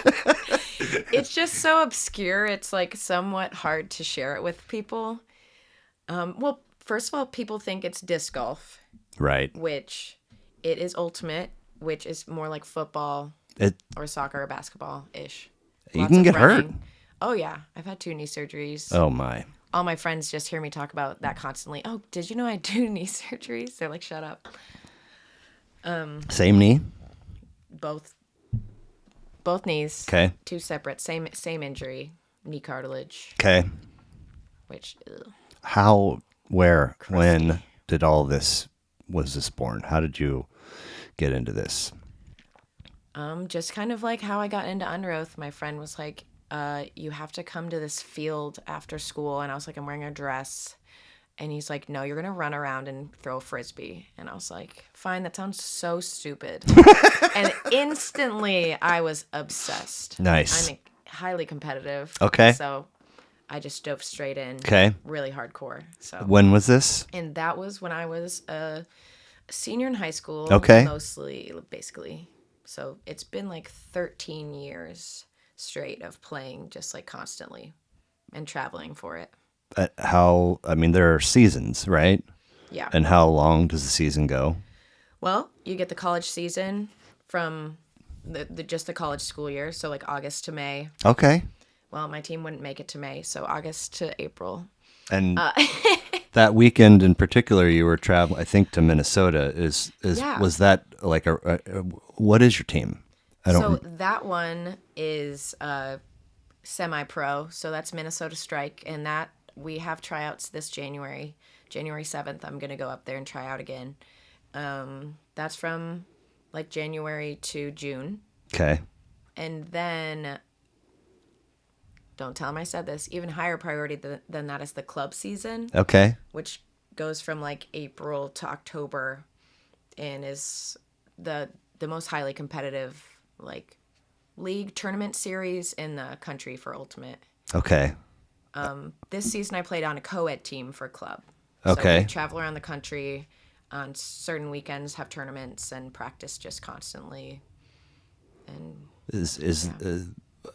okay, so when is it rooted here? You're one of your teams, so you're practicing locally. Great question. It gets really complicated. Yeah. So the club team I'm on this year is called Kansas City United. Okay. And we were local. Like we had a couple players, one from Arkansas, one from St. Louis, and other years we've had like maybe some Nebraska or other things. But mostly local. We practice locally. Okay. But then for like pro, I go up to Minneapolis even to practice. And then to practice. Yeah, it was a lot, but it was worth it. It's So like what I've wanted to do my whole life. So no kidding. yeah, I mean, I always wanted to play for the Royals, but that wasn't Sure. really realistic. Right. Now, so practices on the weekends. It was last year, yeah. Okay. I think they're gonna have some Wednesday ones this season, so I'm a little nervous Okay. to find out if I will make the team Right. because I can't go to some of the practices. And Sure. Now, for that is travel covered for you and lodging? they housed us with some of of our teammates last season, and they would take care of flights to away games, but we had to do a lot of traveling on our own. Okay. But I mean, with really obscure women's sports, it's reality. So What do you mean? It's reality. just paying our own way to Oh. do stuff. Oh. I mean, we got our jerseys taken care of. Sure. But like, I have like 3 sweatshirts that I bought and pants, and And then is there I'm- a paycheck? yeah, we got Okay. paid $25 a game, Okay. and I love telling people that. I think it's kind of funny, but it's awesome. Yeah. I pay a ton of money to play this sport, and then in this league, I get paid per game. That's cool. Yeah. Man. Of course, it's not my priority. That's why I'm just like, oh, that's sweet. Right. I just want to play. I probably have not played since middle school, high school, but there, even in that small window, first of all, it was an absolute blast. Kind of one of the, like it ends and your cheeks are sore from smiling the whole time. But it was also Great. very competitive and aggressive, and there were definitely some collisions and some conked skulls, and I could see where a knee. I mean, it's no joke. Yeah. So don't confuse it with frisbee golf. Thank you. Let's see here. I'm not sure how young you are, but are you in your early 30s? I'm 30. You're 30. Yeah. Okay. So have you started a bucket list, whether you're aware of it or not? Ooh. Just a little. Okay. I mean, it's more that I won't pass up opportunities as they arrive. Cool. Like, I mean, honestly, that's kind of why I'm here. I got really nervous when you asked me, but then I was like, that would be a really cool experience. Right. So I wanted to kind of revisit that. Okay. So, yeah, I have trouble passing things up that I might enjoy. I mean, being open to new, there was, let's see, 3 episodes ago, a gal from work was here and she was just like, I try my best to say yes to everything that I haven't done before, and the stakes feel even a little bit higher if I feel a little uncomfortable about it. I was like, you are courageous in a way that I am not. So I mean, I love hearing that because I mean, means people are willing to be vulnerable and willing to, even if you don't like failing. Yeah, it you're hurts sometimes, but it's mostly been worth it. Yeah. I haven't gotten too burned. Right. So favorite childhood memory Oh, wow. or most profound? That's a really tough one. So I'm just going to choose something at random. Okay. I'm always just really impressed that my parents came to all of my softball games growing up, every single one of them, because now that I look back, that seems like the most boring thing in the whole universe. But just them being there and supporting me, especially in athletics, like I just talked about how much Ultimate means to me.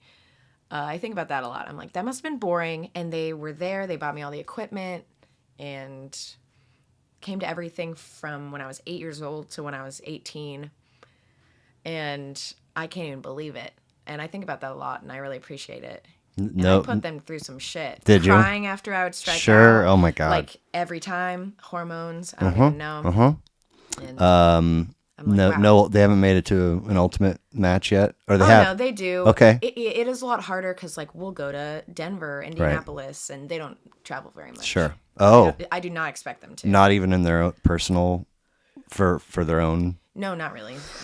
Really? Okay. I mean, just because, like we kind of touched on at the beginning, when my brother was alive, my mom had to take care of him, and it was impossible to travel. Okay. Yeah, he had a lot of special needs. Okay. So, And that's just and now they travel a tiny little. bit. Okay. All right.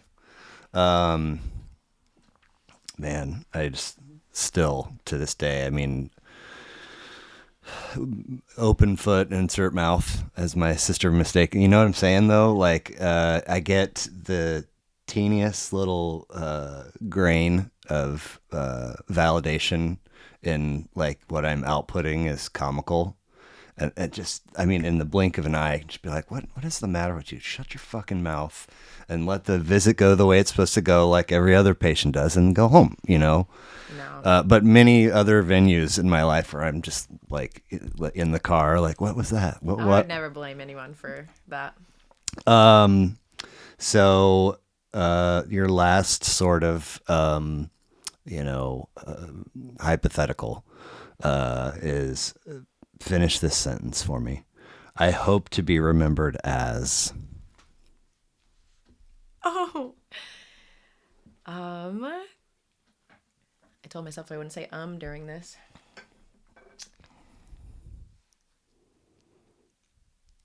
I have no idea how to tabulate the amount of times I say okay when I'm editing. I'm like, stop fucking saying okay. Do you edit it out? I'm curious. Do you like edit out little things like that?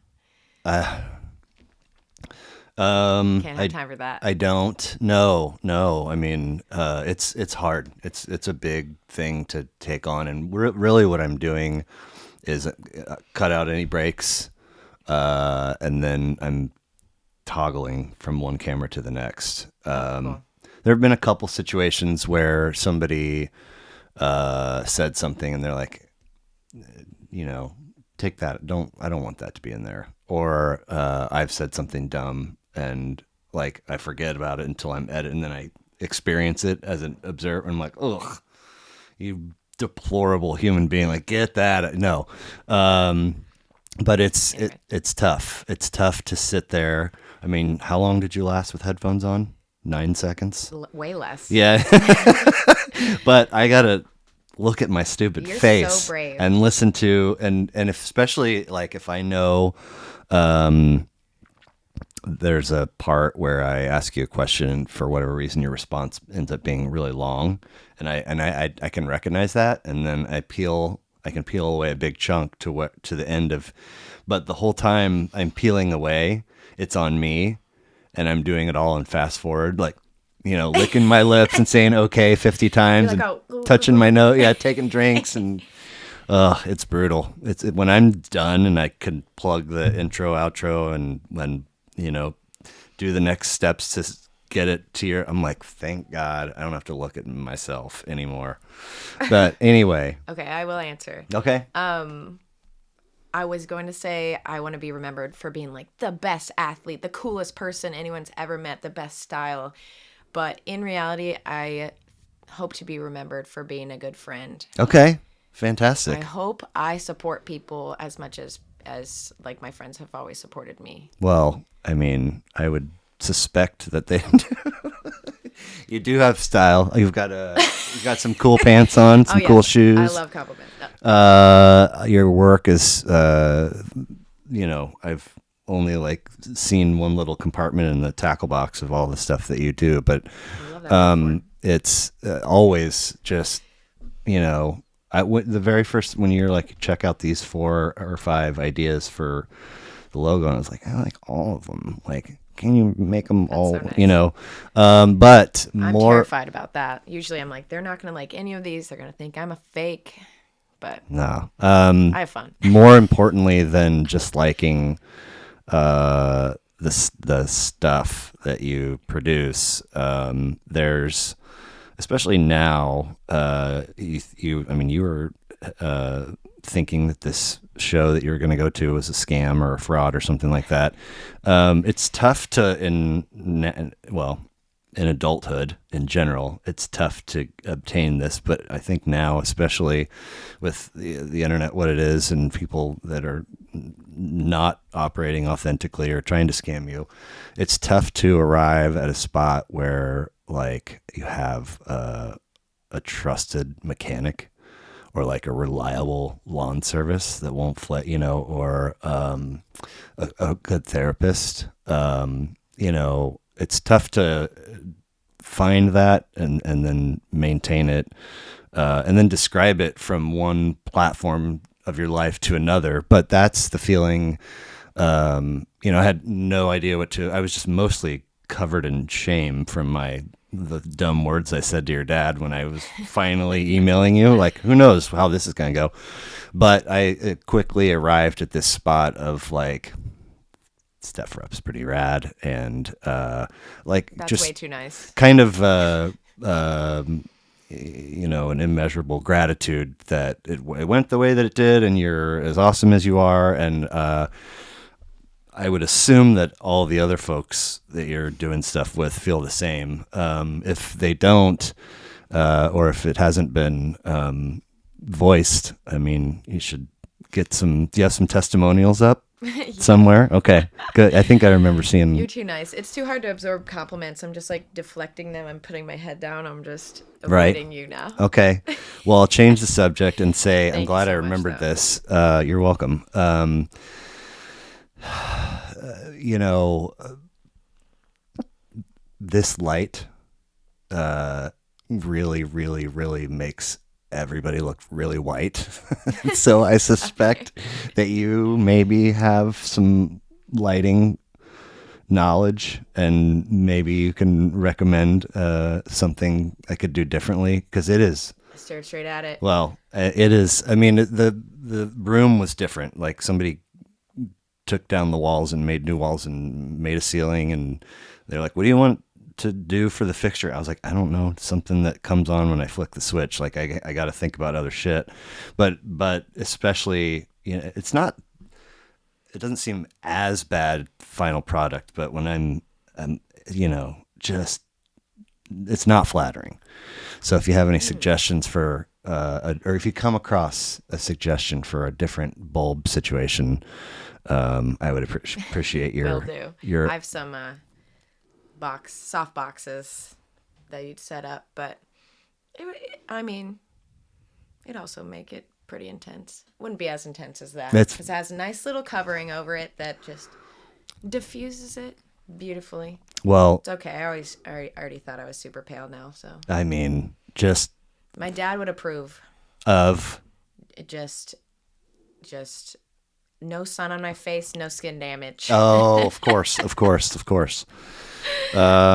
Man, I, having never ventured into that world before, the first time I went into the waiting room or the lobby, and every single time since, like, it's full of people that are dealing with like serious shit. Mostly older folks, but like, I'm going in there and I'm like, this spot makes me, and they're dealing with way, way, way more. So he must. Everyone deserves to see the doctor. It's okay. No, I know, but I mean, like, people that are, like serious diseases or serious procedures, or like a lot of consistency in their visits because whatever they have. And I mean, like, man, it is an admirable line of work. I think until you go to one for your first time, you kind of forget about that line in school, where it's like, your skin is the biggest organ in your body. It's like, no, it's the liver or the heart or the lung, whatever. It's like, no, also an organ. And you're like, oh yeah, that's covering the whole thing. Like, anyway. Yeah, we always just used to make like zit doctor jokes, like, you're not really a real doctor. You're just like, oh, like teenagers with acne, or no, but He's legit. He's sweet and funny. brilliant, yeah. He's also got a pace about him. Like, he's in, out, like, he doesn't want to schmooze a whole lot and hear your terrible jokes. And he's got You don't 65. want to hear his terrible jokes. Yeah, he does have he is so busy. Yeah, sometimes I'm like, why do you need to have an Instagram presence? They're so busy. So. Now, I might have been uninformed initially, but when I first met him and was going there, I thought he was just a dude in a practice of people. But then Which is true. I think Which later is I true. learned that it's his. Like, And all that's a new thing. okay, Yeah, okay. and I'm super proud of him because Right? I think that's been one of his big goals for a Yeah. long time, and he puts a lot of stress on himself to do a good job. I'm sure. Well, And don't mention the anesthesia piece. Like, it just whatever. you gotta cut it out. No. Ha, that's like a dermatology pun. No. I'm really proud of him. I also, there's a couple gals that have worked the front. They've been there and one of them's like really cute. So I'm always like, just naturally drifting to her lane to check in. And a couple of them have really good sense of humor. But I definitely, like, I dug him the very first time I met him, and I got whatever, 5, 6, 7 visits in a row. And then one day they're like, cause you can't, good luck if you need to see him soon. Like, it is a ways I'm out. so spoiled. And so, I was like, I cannot wait. It's Thanksgiving. I can't wait till May. Like, I need to come in.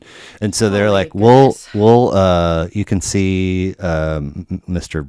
Berg or something yeah. like, and I was like, all right, that's cool. And then the day of, I was going, and I was like, I didn't even think about the fact that I might not like this guy. Like, and then I get there and I'm like, yeah, he's fine, but I'd way rather. And then it just became we can get you. And I'm like, I don't want to fucking see that guy.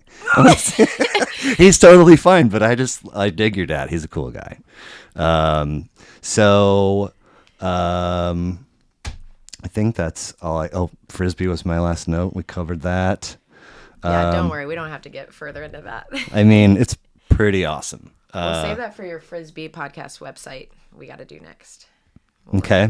We'll work on that project. Are you going to tell me what that project is and how I should go about launching it? Yeah. And how much you can pay me. No, Hey, I'm just all right. kidding. I'm just kidding. Well, listen, it's even in the nicest weather when we have sunlight till 9:00. The time is still a big ask. So I very much appreciate it. And, you on top of that, it's dark and cold as can be on a school night. So I really appreciate it. And now that I know that you don't go to bed until 4, I don't feel so bad that it's 8:30. I'm kidding. Yeah. I'm kidding. You said that was a COVID thing. But seriously, thank you very much. It's probably going to be like second-ish week of January before I get this one up. But are you? How do you consume audio podcasts if you do? Usually on Spotify. Spotify? Okay. So I know where to find this one. Do you? This kid, God, he was such a something. It just wanted to poke holes in everything and, talk to me. Wanted to talk for like 45 minutes, the day before or 2 days before, and then stirred the pot with some other people that I, just nonsense. And then he got here and he was like, man, it's kind of, you need to have such and such more visible and more accessible when you go to the site. And I was like, dude, like, we're not. I'm always up no. I was like, I can't see what I can't see. So I was like, I think I gave a really good, oh, hey, yeah, like, you might have changed things for the better around here. How do you spell that? And on the inside, I was like, my shit is perfect. Because I swear, though, you can tell me anything. No, You can tell me all your secrets. I was like, what? You literally said exactly what we addressed and ended up landing on. It didn't make any sense. I was annoyed. But Spotify, you know where to find it. Why am I taking notes? Steph Rupp, thank you so very much. And if I don't talk to you soon, best of luck. Let's see. It was weird because I graduated from grad school on May 7th. and then got married on May 5th. On May 5th, and then I got Oh. married on May 12th. Oh my goodness. So it was like, all this effort to, make this degree happen, which of course had like a portfolio and a thesis, and then all this work to plan, and then all of a sudden it was like bam, bam, literally one Saturday after the next, and it was crazy. Here and over before we knew it. Yeah. Are you guys honeymooning? Probably just playing a lot of frisbee. So Okay. I haven't planned that yet. Okay. I'd like to go to Europe, but I don't know, and this is so a long time ago, so who knows now, but we registered for our honeymoon. And so you could pick like whatever, happy hour at the swim up bar and snorkeling and underwater camp, Nice. all of these really cool sounding things, but the site doesn't book those for you. It just takes the person's money and then gives it to you and takes a cut of it. So it was cool in theory. I don't know if it would apply in 2022, but it was a good idea that I was glad we stumbled across. That's awesome. After today's weather, a vacation like that sounds too good. Yeah. Too good. Yeah. Well, let's get you out of here. Thank you so much. Thank you. This was a blast. My face good. hurts from smiling. Oh gosh, I mean, I seriously thought that I was just oozing awkwardness when you got here, and then I thought the two dad stories would like take the load off, and then didn't seem like it was going that direction. I was like, what a dumpster fire for okay. the person that was nervous. Good job. We talked for 2.5 hours, and that was probably like 5 minutes of it, and I had the best time. Okay. All And right. I don't feel awkward. Good. Well, thank you so much for being here. Talk to You're you later. welcome. Yeah. Oh, my face does hurt.